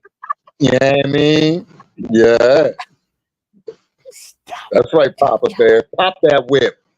She dropped everything. I like it like that. She probably put that joint on voice text. She put it on voice text when she wrote that. Shoot. He said Papa Bear had it jumping, huh? Jumping. Oh Lord. But last night they was picking on me last night, Brenda. You saw it. Because people was texting Tiani laughing. Tiani said, "Oh, they picking on you, Reese." I said, "I know they do." I wouldn't necessarily say. I didn't have Rodney. I wouldn't necessarily. I was actually proud of Destiny that she actually called you out. Like, I was shocked and excited for her. I was like, oh, she finna go right into the lion's den. Okay, she not gonna do like step 1, 2. Because of what she said. Why she called me out? You always stomping on me, so I'm gonna call you. I'm like, I think before that she said she's developed a kink to you doing that, so that's why. I feel. Let me tell you something too. You gotta tighten your back. You gotta tighten your background up. I don't know if your background be looking crazy on the show. Every time you move, your background look like all that fake background stuff be coming out live when you be moving around and stuff. Yeah, I gotta get a real green screen. And put yeah. Well, I don't know. I don't so much mind it. But I mean, that's a good critique though. But I don't so much mind it because a lot of people use it to hide their background. Yay, he's moving. All right. I feel you on the point. I know the point. So I do the same thing. I get you. I'm just saying it does that. When you move around, it makes the whole background. You know what I mean? Look something. It don't look terrible. I'm just telling you, Short. I'm just telling you. Some of my, observing the beautiful game show I was in. That's all. How do you do that? My background, you just see a table in the door and the box. So, but I guess you can set it up behind you though. Why don't you set it up pretty? Put a plant behind you or something like that. Put that top shelf behind you. That would be real pretty. Put that coochie up there. I had to move from where I was at. I'm usually in front of my music collection, but I had to move to the corner because they was doing work. So I'm going to go back to where I usually perform right in front of my music selection and right in front of Prince. But funny man Green, your questions now. Your microphone is that? Push mute, funny man, while you're not It's not talking. my microphone. Push mute when you're not talking. It is your microphone.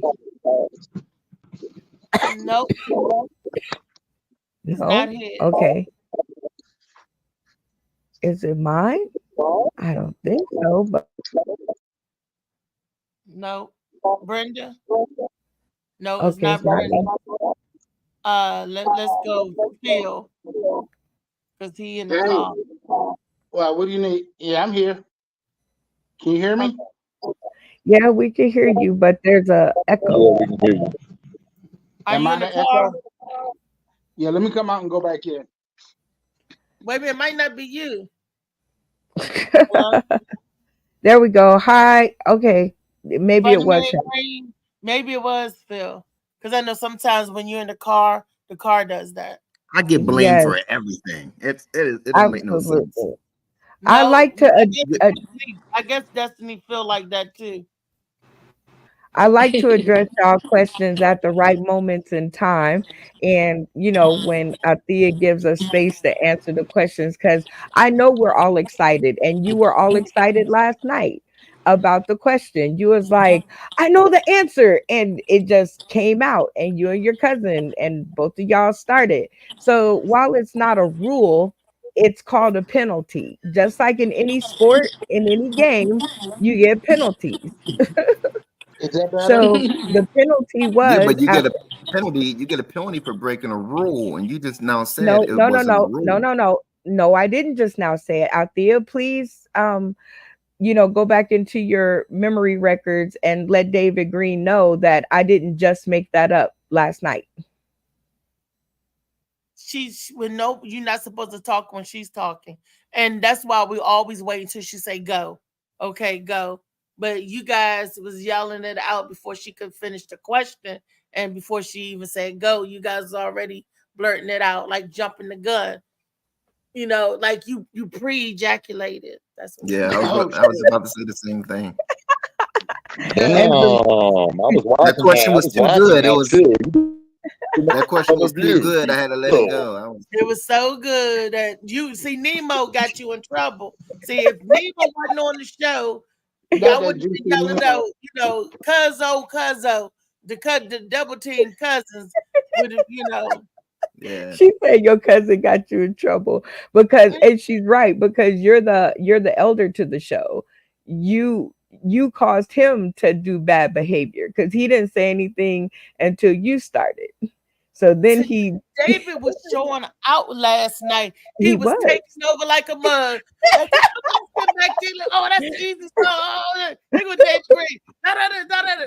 Take it over. I'm like, yeah, I would have took over all them songs. Yeah. Like, yep. He's the music master. Like, what song is it? What song? I'm like, I'm over here like this. Yep. I don't think I do a great job at disguising the rhythm to the song.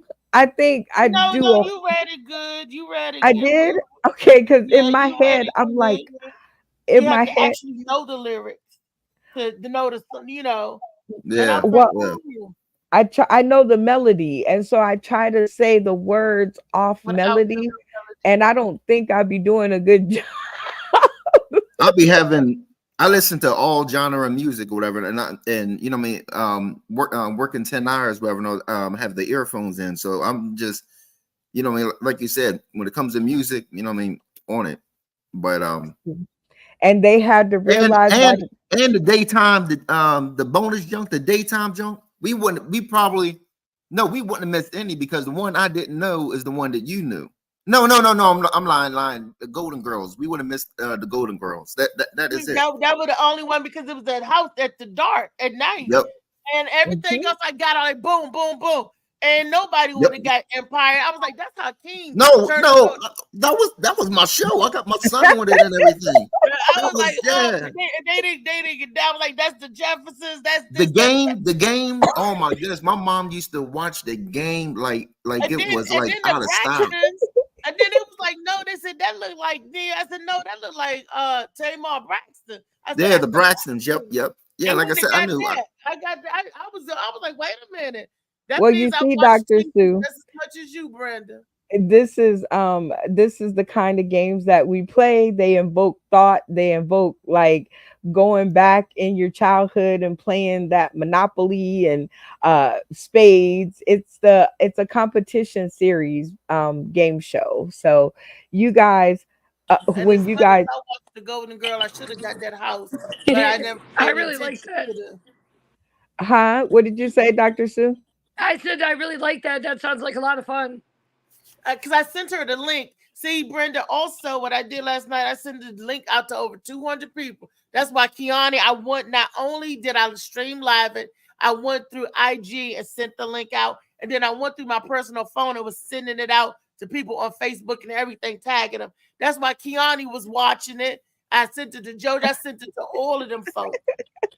Well, thank you so much, because again, I take the Morning Mac show with us. We're like a sister brand. So I like to talk about it over here. It's like going on Good Morning America after you won American Idol.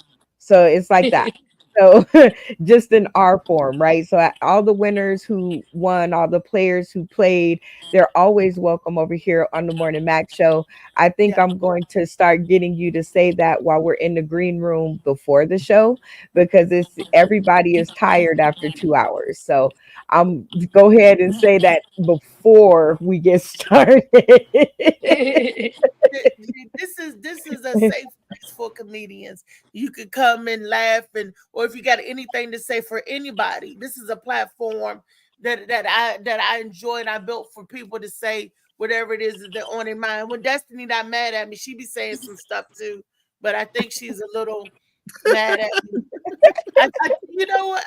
Because I feel like I didn't mean to, but I thought I said that before, and I'm looking because I'm visually impaired, Sue. I told you Saturday, and when I'm looking and I'm trying to keep up with everything, and I'll lean in so I can see who's saying this, who's saying that, so I don't want to miss anybody. And Molly leaves me instructions in the personal chat. He leaves me instructions. And I'm looking in there and trying to see, and I'm like, what's going on over here? And then that's when I was like, wait a minute, what? Shouldn't nothing be going on over here but Molly? Okay, and I would like to just add on to what she's saying. Last night on the show, after 19 comments, I said you guys would start losing money if I saw any more comments than that. When I shut that show off, the comments was 53. So now if I was sticking to the rules and what I said, I'd have took all their money. I'd have took all y'all money while y'all were doing the show. After they got booted out, then they started commenting. It wasn't the players in the show. It was Peach. No. They were doing it while they were in the show. That's what I'm saying. Oh. It was Georgia. Oh, that's Peach. interesting. It was Georgia Peach. Yes. I don't know who it was, but I know that it was more comments, and I know after I said it. So if you guys are patrons of the show and you see it happening, you should get on your mates. That should be reasons they should be booted out, because they're gonna cost you guys money. They was already booted out. Or other than Tommy.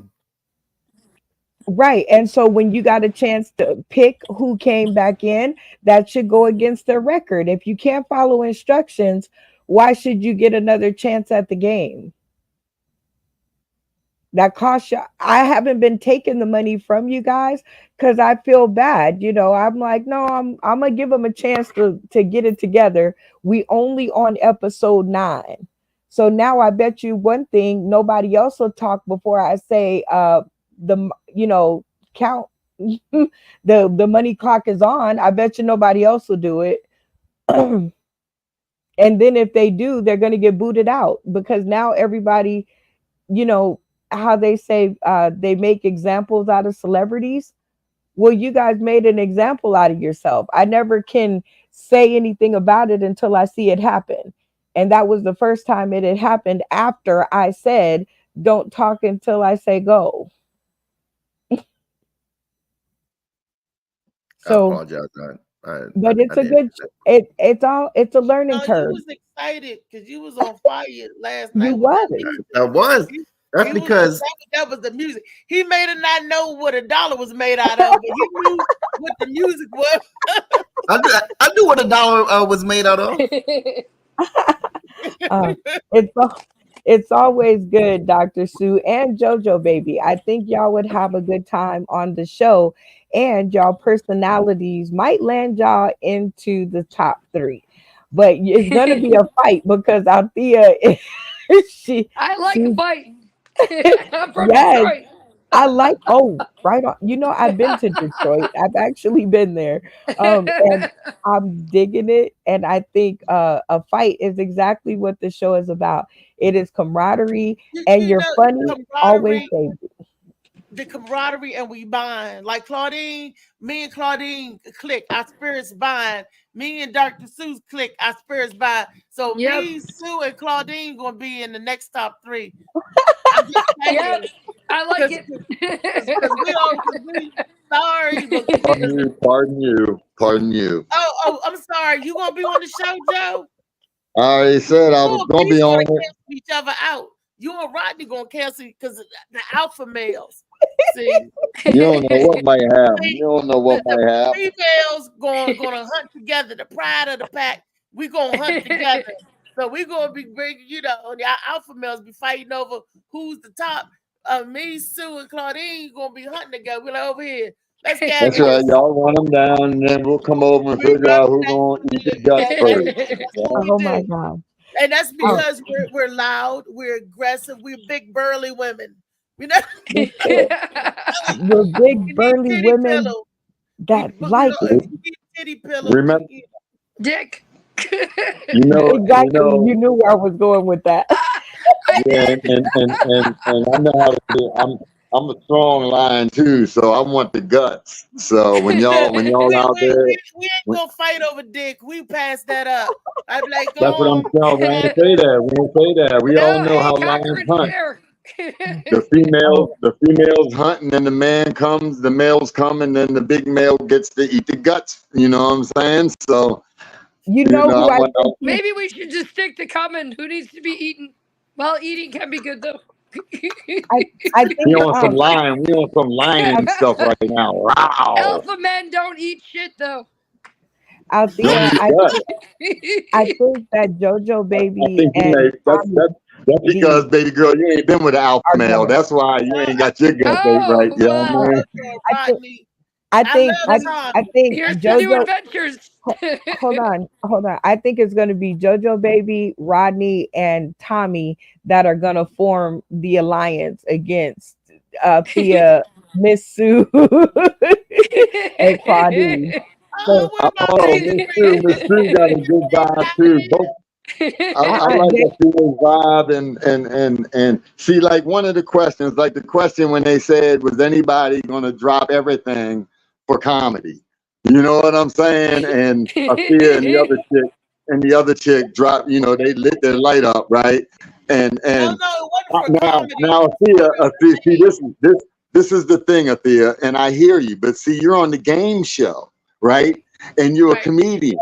So outsmarting the game, you did not do, because you would have known that if everybody was going to say comedy first before anything, you know what I'm saying? But just so you could have stayed in the game right, you should have answered what you would have thought the majority would have answered with. You know what I'm saying? So sometimes you got to go outside yourself, and which your emotions wouldn't let you.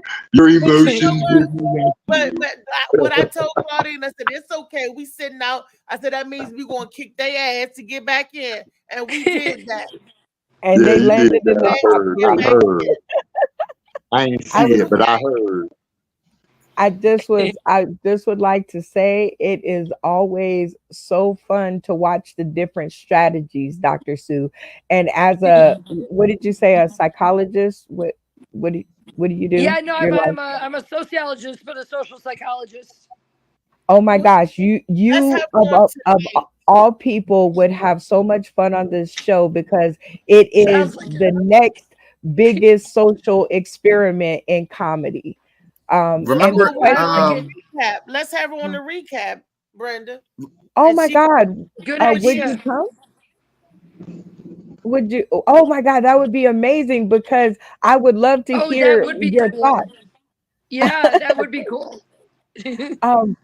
So because it is like Survivor, Big Brother, mixed with The Price is Right, Whose Line Is It Anyway, and every game show that you could think of.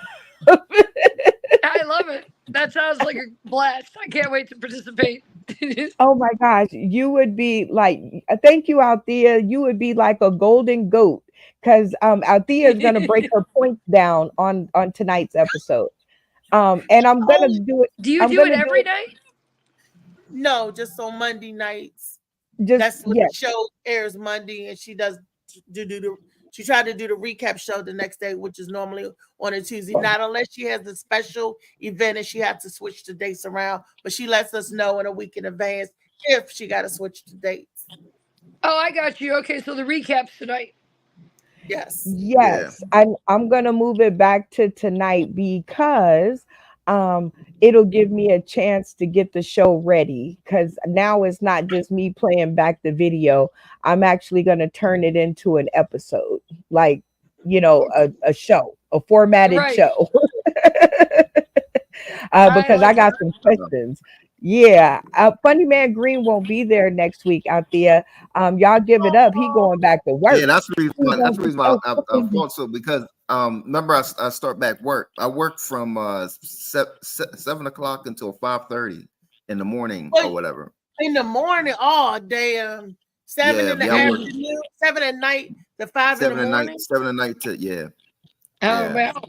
But I'm gonna still sponsor sponsor some shows and stuff like that or whatever like that. No, so Dave, and then I will work hard for your money too. So I mean, shoot, you're getting like 10 sponsors and stuff like that at the show now. So I'm like, no, that was the most. When it was just me and Phil, when it's me and Phil, it's like 50-50. But now, Phil said I'm his golden goose. You're like, go get him out there, go get him. That was crazy. You said number 5. I said Phil's got to be like 1 or 2. She said, "You're never going to guess." I said, "Damn." Did it again. How they do it? It shocked me too because when I looked at it, I was like, "No," because Dr. Sue, I don't have any idea because, as you know, with your work, you have no idea how people are going to respond to the situation. So you have some guesses, but no, you never really know. Yeah. One of my sponsors, she was like, "Is Brenda cheating? Is Phil the only name she knows?" That's what I was going to say. Brenda, I think it also would be a good idea to display that or whatever. You know what I mean? I'm working on it. I have to figure out how to attach that part to the show. I'm working on it. the show, the numbers, and then when I pick the number, okay. Well, no, to show the number after you pick it. So once you pick it, then I'll show, the list, and then you'll see that person is at number 5, or 4, or 3, or 2, or whatever it is. Because I literally put them in order as I'm getting them when you guys are sponsoring, but because y'all didn't, the people didn't respond until the last minute, I just had to put them in there however I came across them. I just had to get them in there quick. So when Phil was number 5, I was like, word up. Phil was like, keep doing it out there. I'm gonna keep betting. Phil's like, I ain't even got to get in the game because Reese in there. Hey, the beast is in the house. What's going on, yo? Happy vacation. I miss you, Beast. There was some treachery afoot, and I was saying if Beast was here, they wouldn't be cheating like this. Because can you speak? Oh no, he's waiting. Hey, Beast. Hello. Can you hear me? Can you hear me No, now? Yes. we can hear you Oh yeah, now. there we go. There go Oh, my okay. bookie. We can How hear y'all you when you doing? open your mouth. Nah, I was opening my mouth. I thought the phone. I got a headset on. I didn't know I had to use the headset mic. I thought the phone was gonna pick it up. But Oh, nah, I had okay. I had a good time. I had a good flight. I watched a little bit during the flight and coming in. You know, Oh, saw very saw cool. Thank saw some you for of it. tuning in. Thank you. Thank you. Y'all give him a hand because he was one of your sponsors. He came in at the last minute and had something to say. Come on the recap show and I'll, divulge who he sponsored and and the rest of the sponsorships. But yes, always I'm trying to figure out how to make the show transparent so that people can see everything because they're never, I put the show together and you can trust me or not. I don't care. But I do know for the show itself, for people who are just tuning in, they care. So I'm like, okay, let me see how to fix this. But I'm working on it. In development, folks. Yeah, heard definitely. But So Judy Brown won. Shout out to Judy Brown. And also Vanessa Ray won the prize match. So Yeah, Vanessa Ray. yes, and it sucks when you come on and it's a raffle, but I wish all of you guys would come with the numbers. I'm going to start telling you guys how many. I'm going to try. If y'all behave, I have the time to do it. I'm going to try to tell you how many sponsors you have all together. And then Last night. No. And then you can put a hat, get yourself like a bowl or something and put the numbers in there so that you can draw live on the show. That would be a good idea. Yeah. Yeah. Yeah, but she still have the names. She still Yes, will have. but I mean, the that same way we pick a number. yeah, but that'll come up on the screen so that it'll be more cohesive. How about that? So you just go, I'll do the drum roll, and then you reach into your magic item, and then it's a fun way to divulge the answer. I know So Phil happy, so Phil like keep it going. Phil bets on you, but again, No matter what number I am, that's Phil, because that's the universe way of telling us that me and Phil need to take my day and go on the road and do the heavy hitter show. Only heavy hitters on the show. The lightest one to be on the show would be Lee, but the heavy hitter, you got the Lee will be the lightest one on the show.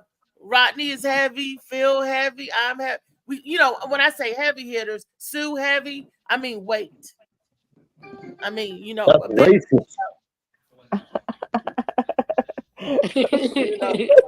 Phil, you've been called out. You've been called to the carpet. I don't know. I've said that before, didn't I?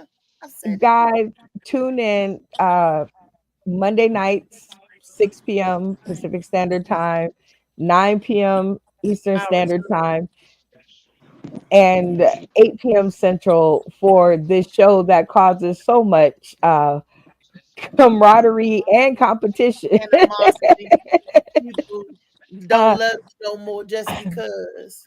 And it's a game show, so it's really sad. But this Sue coming in, she gonna hold us together. She gonna get us under control with our feelings. She gonna be in the back room giving out band-aids and peroxide. It's gonna be good. Bro, that's what I'm saying. The last I forgot the name of the dude, whatever. No, he was a psychiatrist or whatever like that. No, he ended up winning. Joe. I think it was like the second Michael. Oh, Michael McChesney. Yeah. Yes, Michael McChesney, and also Mark White ended up in the top. It's all depends on who's there. And if the mighty Mac show comes through, you guys have to be really funny in order to cut through that, because they're gonna put your funny to the test. No, don't say that, because that's only if I have to do a 3-minute thing. I could do a sell that SKU and get back in. I mean, That's Well, what everybody was saying, that sell that SKU. I should have got in then, but it's okay. Yes, I do say that, because no matter what game you're playing or what question you're answering, your funny is always going to be put to the test. Oh, okay. I voted for you on the sell that SKU. Yes, you did. See, it was Nemo. It was your cousin. Oh, I think that was the best game I ever invented. I think that was the game that turned my life around. Sell that SKU, because it is fun. But you guys, I knew once Nemo talked about that $200,000 worth of child support or something about that. I said, "Damn, I should have brought that up." Oh gosh, because I was using common sense. Like I might if I'm in, well, I know I'm in debt, but I'm like under $1,000 in debt. So $50,000, you know what I mean, that could have you know what I mean, helped my credit score and everything like that, and all plus money to do some other things. And then he said $50,000 ain't even putting a dent in my child support. I said, "Damn, you're right." He said he need $1 million. He got grown ass kids. He's still paying child support on. That's crazy. No, I'm sorry. That he should be paying child support on. That's why he's not paying. That's the reason why he's so much in debt, because he ain't paying child support. Dr. Sue, you'll see my face light up in confusion on the show. Because when I was called out, I was kind of shocked. I was like, I'm sitting up here, laughing on the phone. Oh no! She said damn, froze again. But she said, "Bring it on." I said, "Damn." Oh, they were just having. Bring it on. Huh? Lee, wait a minute, Lee. Unmute your mic, Lee. We can't hear you. I said, "Bring it on." No, she said. No. Destiny said. She said. I know she might tear me a new one, whatever. Like, but I don't care. Bring it on. Yes, he did. I think a whole mood changed when that happened. You look like you look like you had been hiding, and you just speak up and say, "Wait, mouse that." I look like I was hiding. You look like you had been hiding. You come up and like, what happened? Like one of them damn little Muppets come out of nowhere. Like, what the fuck? Somebody say my name. Somebody call me. She did the wind up, Dr. Sue. She did the wind up. She wound it up slow, and then when she opened her mouth, it was like da da da da da da da da da da. I was like, oh. I was like, duck, Destiny, duck. I said, out of all people, you picked out the. I was like the dude off Color Purple. You know when he says no, Sophia, because. That's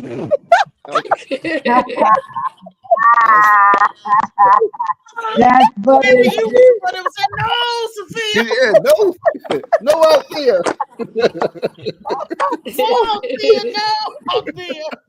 That is exactly what happened, and I was like, oh. But she said, "No." Okay, but she did a good job. If it wasn't against you out there, I think she might have pulled out a win. I think she might have, she got 3 out of 6 is good. That's like half, right? But Nemo, I saw Nemo was off, and if you go back, Nemo turned his on at the one in the middle. I don't know if that was Nemo or not, because he turned it. I'm like, man, you just turned it on. He turned it on. We'll see it in the recap. Well, we're not gonna go through the whole show like normal, because that just takes too long. So we definitely will skim. Like I'll make some clips and try to. Yeah, one recap. It was like 4 hours. No, it was like 3. But we're gonna go to bed. I said we. Yeah, I was even tired. I was like, I'm And it was done. 1 o'clock our time. We was like, I gotta take my medicine. I gotta go. I gotta go get. We all Yeah, was it was like when I looked on it was like here it's like 1:30, almost 2 o'clock. It was like we quit. That's what we all did, and we decided. And it started at 9 o'clock. No, wait, No. 9, 10, 11, 12. I had my popcorn Yeah, at it was the one. beginning of the show, all happy. All the next day, I'm like, we get no more this no more. Like, I don't care. I don't even care who won at this point. Tune in, like, watch the video. I don't know, but yeah, no, I'm gonna chop it down now that I know how. I'm gonna chop down some moments. But Just you can show the battles are good. But when it cracked me up when Rodney said, "No, we get to my part." He was like, I was gonna say that. Yeah, he said, "I'm going to bed." He said, "You can fast forward." He said, "I don't care about the other stuff. Get to my part when I get back in." Yes, I'm like, no, because in my head, I'm thinking I want the audience to see like the whole thing. But when I realized that the whole thing is already 2.5 hours long, now we got another hour worth of commentary. Yeah, that's not going to work. That Dr. Sue is our special guest tonight. Is that true, Yes. Brenda? Yes, Dr. Sue is going to come through and it rhymes. So you know that is true. Look at me dropping bars early. What time would you like me to come be through? 9 o'clock our time. You got a show. You doing anything tonight? Well, I'm doing an open mic in Delaware, but I think that's at like 7:30. So 9, I should be able to do 9. Probably be heading back here because Dion has some new stuff he's trying at Nottingham. So I'm going to try to, roll through there on the way back. Okay. Well, since Dr. Sue is our guest and I'm the producer of the show, like we can do it. Is there an earlier time that you said 7:30 you're leaving, right? No. I think 7:30 is the mic in Delaware. So 9 should actually be fine. What time are you leaving your house to go to that open mic? Probably around 5:30, something like that, because we got to get all the way out to Delaware. Okay, so we should do it now. We should do the recap now. Well, I don't have the videos prepared. I'm trying to give myself enough time to get the videos done. And if I hop off and then I guess no. Well, and I probably want to give I took a look at it, but I want to give it a closer look, so I can be more tuned in to do the recap. Yeah. So. Well, we go through later should be fine. Yeah. Okay. We'll just do it later. She's 3 hours behind us. So yeah, that's what I was calculating. Her time. So no, we'll keep it like it is. We'll keep it like 6, and then you just get there when you can. Be safe. Get home. Get home, get stable, and then you can jump in because you're our special guest. So we make special arrangements for you guys. Right. Yeah, because it really don't start till like 9:30, right? Make sure you get the duck. Wait a minute. Who said what? Stepdaddy? Make sure she get that duck. Make sure when Lee said that to me the first time, I was like, what duck is she talking about? Like, she confused the hell out of me, Dr. Sue. And then she said, it's the duck because it comes up as a duck when you send me the link. I was like, oh. Oh, got it. Got it. Yeah. So are you on Facebook, Dr. Sue? I am on Facebook, yes. Okay. So we should all get to be friends once we go off, and we'll get all of that tied up, and then Althea will send you the information. She's really good at that. Thank you, Althea. And like you and I will become friends so that I can have direct connect to you. Okay, perfect. Yes, we want to make this Suzanne Goodney Lee on Facebook. I think there's only me. Hold on, let me look this up right now as I'm here. I give Brenda carte blanche over my people, but she's holding out on Tommy for me. She ain't let me get Tommy. It's okay, Brenda, because I'm gonna get Tommy. Actually, Tommy's schedule won't allow you to get Tommy. But that is my boo. That's my show boo. That's gonna be your boo-hoo, because he said goodbye. He said, bye, Brenda. He said, I'm going to Shades of Blue. He's taking another B, baby. Miss I'm Sue not gonna doing come the in. crown, I'm going to Blue. Miss Sue gonna come in and take her for both of us. They would fight for Miss Sue. Miss Sue is look. Miss Sue is the big booty Sue. Oh Like, get out of my way, Tommy. He's pushing them down, stepping on JoJo baby nuts. He was like, go ahead, David. That's why he putting on his battle gear, putting on his armor. That's why David laughed. And David said, "You're damn right." Miss Sue, you said you're what on Facebook? Suzanne Goodney Lee. GOODNEY. GOODNEY, and then the Lee is LEA. The weird British spelling. And it's SUZANNE. Yep, SUZANNE. All right.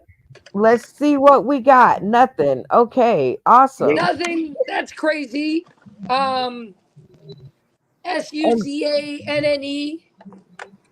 I think it's your last name, Goodley. GOODNEY, Goodney, and then Lee, LEA. Okay, let's try just the last name, or just the Goodney Lee part. Yeah, I don't think there's too many. Suzanne Shaw Johnson Goodney. No, it should you said Goodney. Goodney, GOODNEY, Goodney Lee. GOO. Lee is LEA.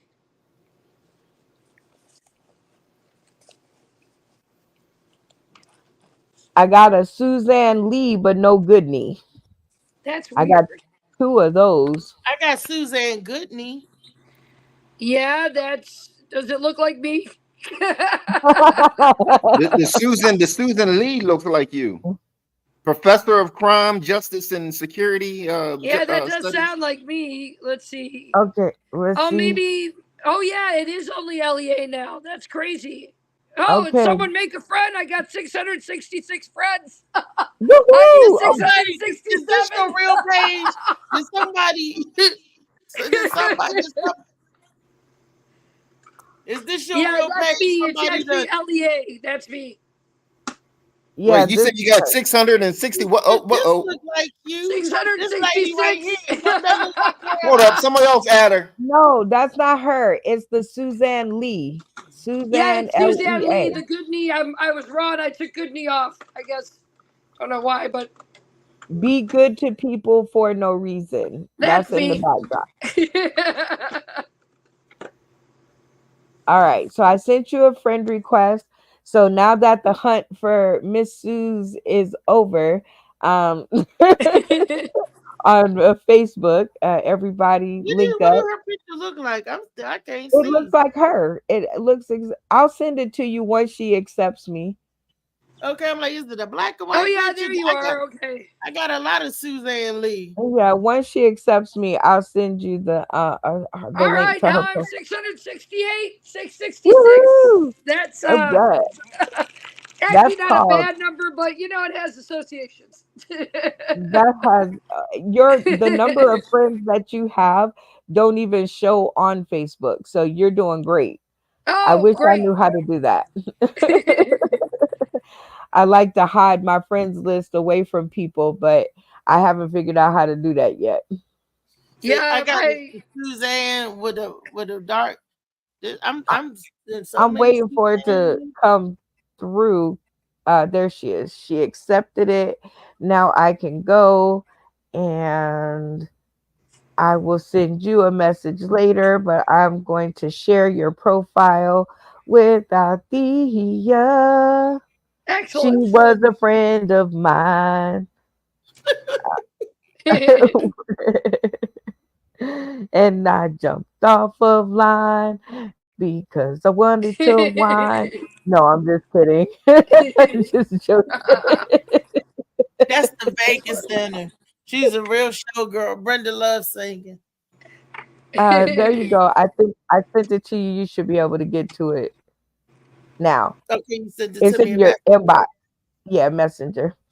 But as always, it's always a good time, and I can't believe that it creates the bonds that it creates, but it also exposes a lot of things. Dr. Sue, I think you are going to have so much fun, and I'm going to have It so much sounds like fun it. watching you have so much fun because your brain is thinking all different from the rest of ours.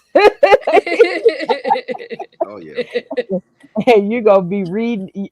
I think you're gonna be good at reading, reading them to get to the top 3. And that's a different strategy, like the social Right. game. Yeah, no, it sounds like a lot of fun. Same reason I enjoy comedy. It's like 2 nights, you could have a great night. The next night could be terrible.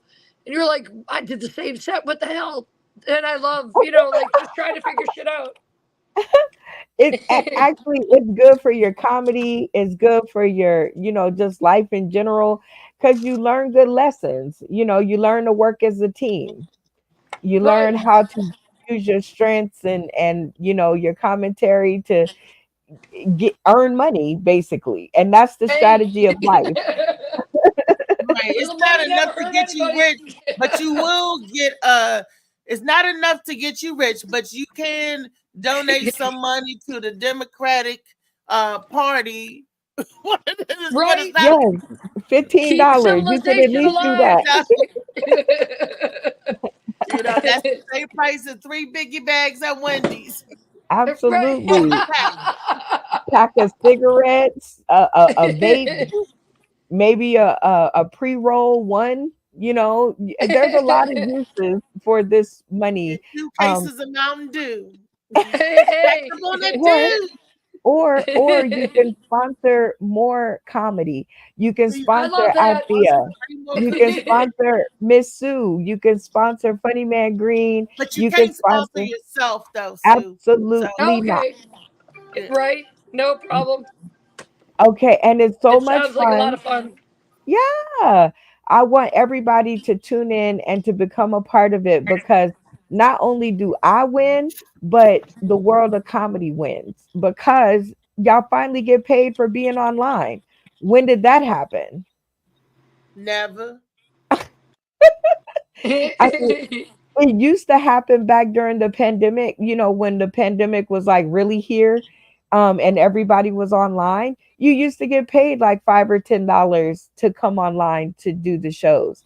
And then all of a sudden it went away. And that's good for me, okay for me, but not okay for the world of comedy. Right.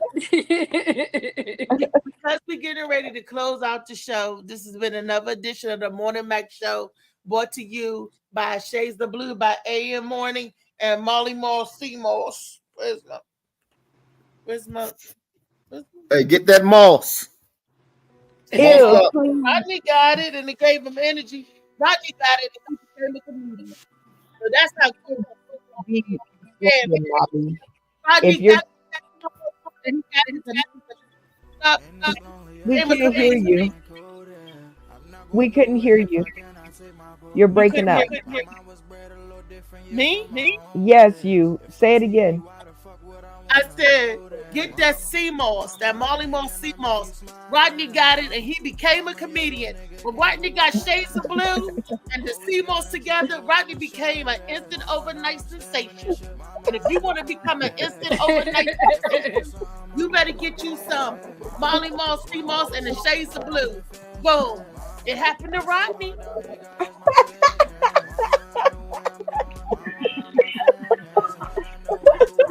That's a testimonial. That is a testimonial like no other. Yes, it is. Hey, we'll see you tomorrow for, what is it tomorrow? Tomorrow is Wellness Wednesday, Dr. Sue. And we have a doctor on with us tomorrow. Wellness Wednesday. Sue said that she'll come back as much as she can. So, Sue, we got a doctor. We can ask you all of those challenging questions. And be here on Friday so they can ask you about those STIs. Yeah, well, that's yeah.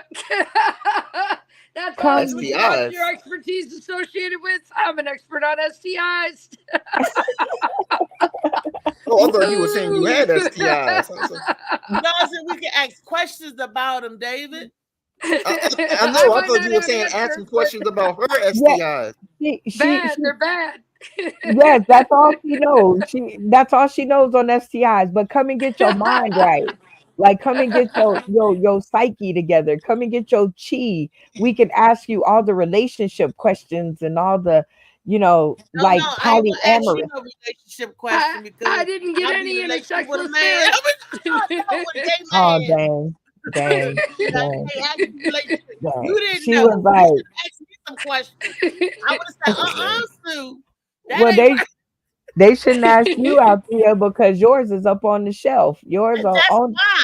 See, I read the gamut. That's the shit out there. It's going on the shelf until that right person. So Tommy can come and reach it. Tommy got it. Wait, Dr. Sue, he won her over with his rendition of Rock the Bells. He won her over.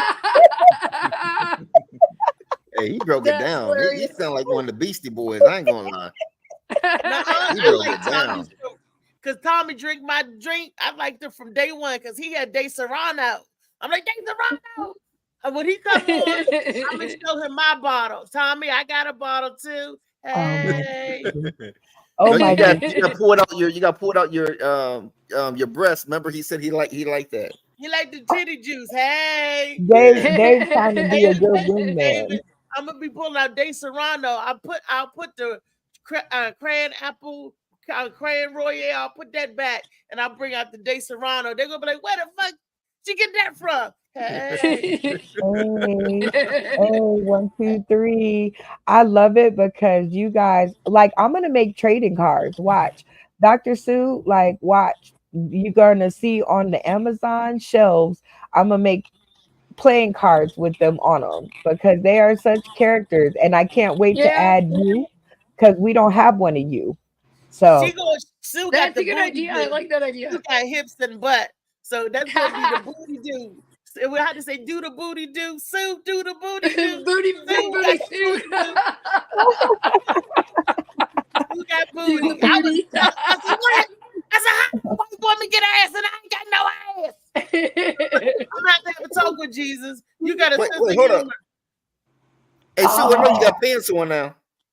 The what? I know you got pants on now. No, I don't have pants on yet. She was like, what do I need pants for? I was not planning on standing up ever. So we're good. David just want to see the booty. Gosh. David, don't you know you got to do that by accident? You got to like catch him one time walking out the camera angle, to go get some water or something. I'll be watching. You know what? Every time they say that, Dr. Sue, I'll be watching you. They remind me of The Color Purple when he told Celie, "Go on out there now, turn around." I'm like,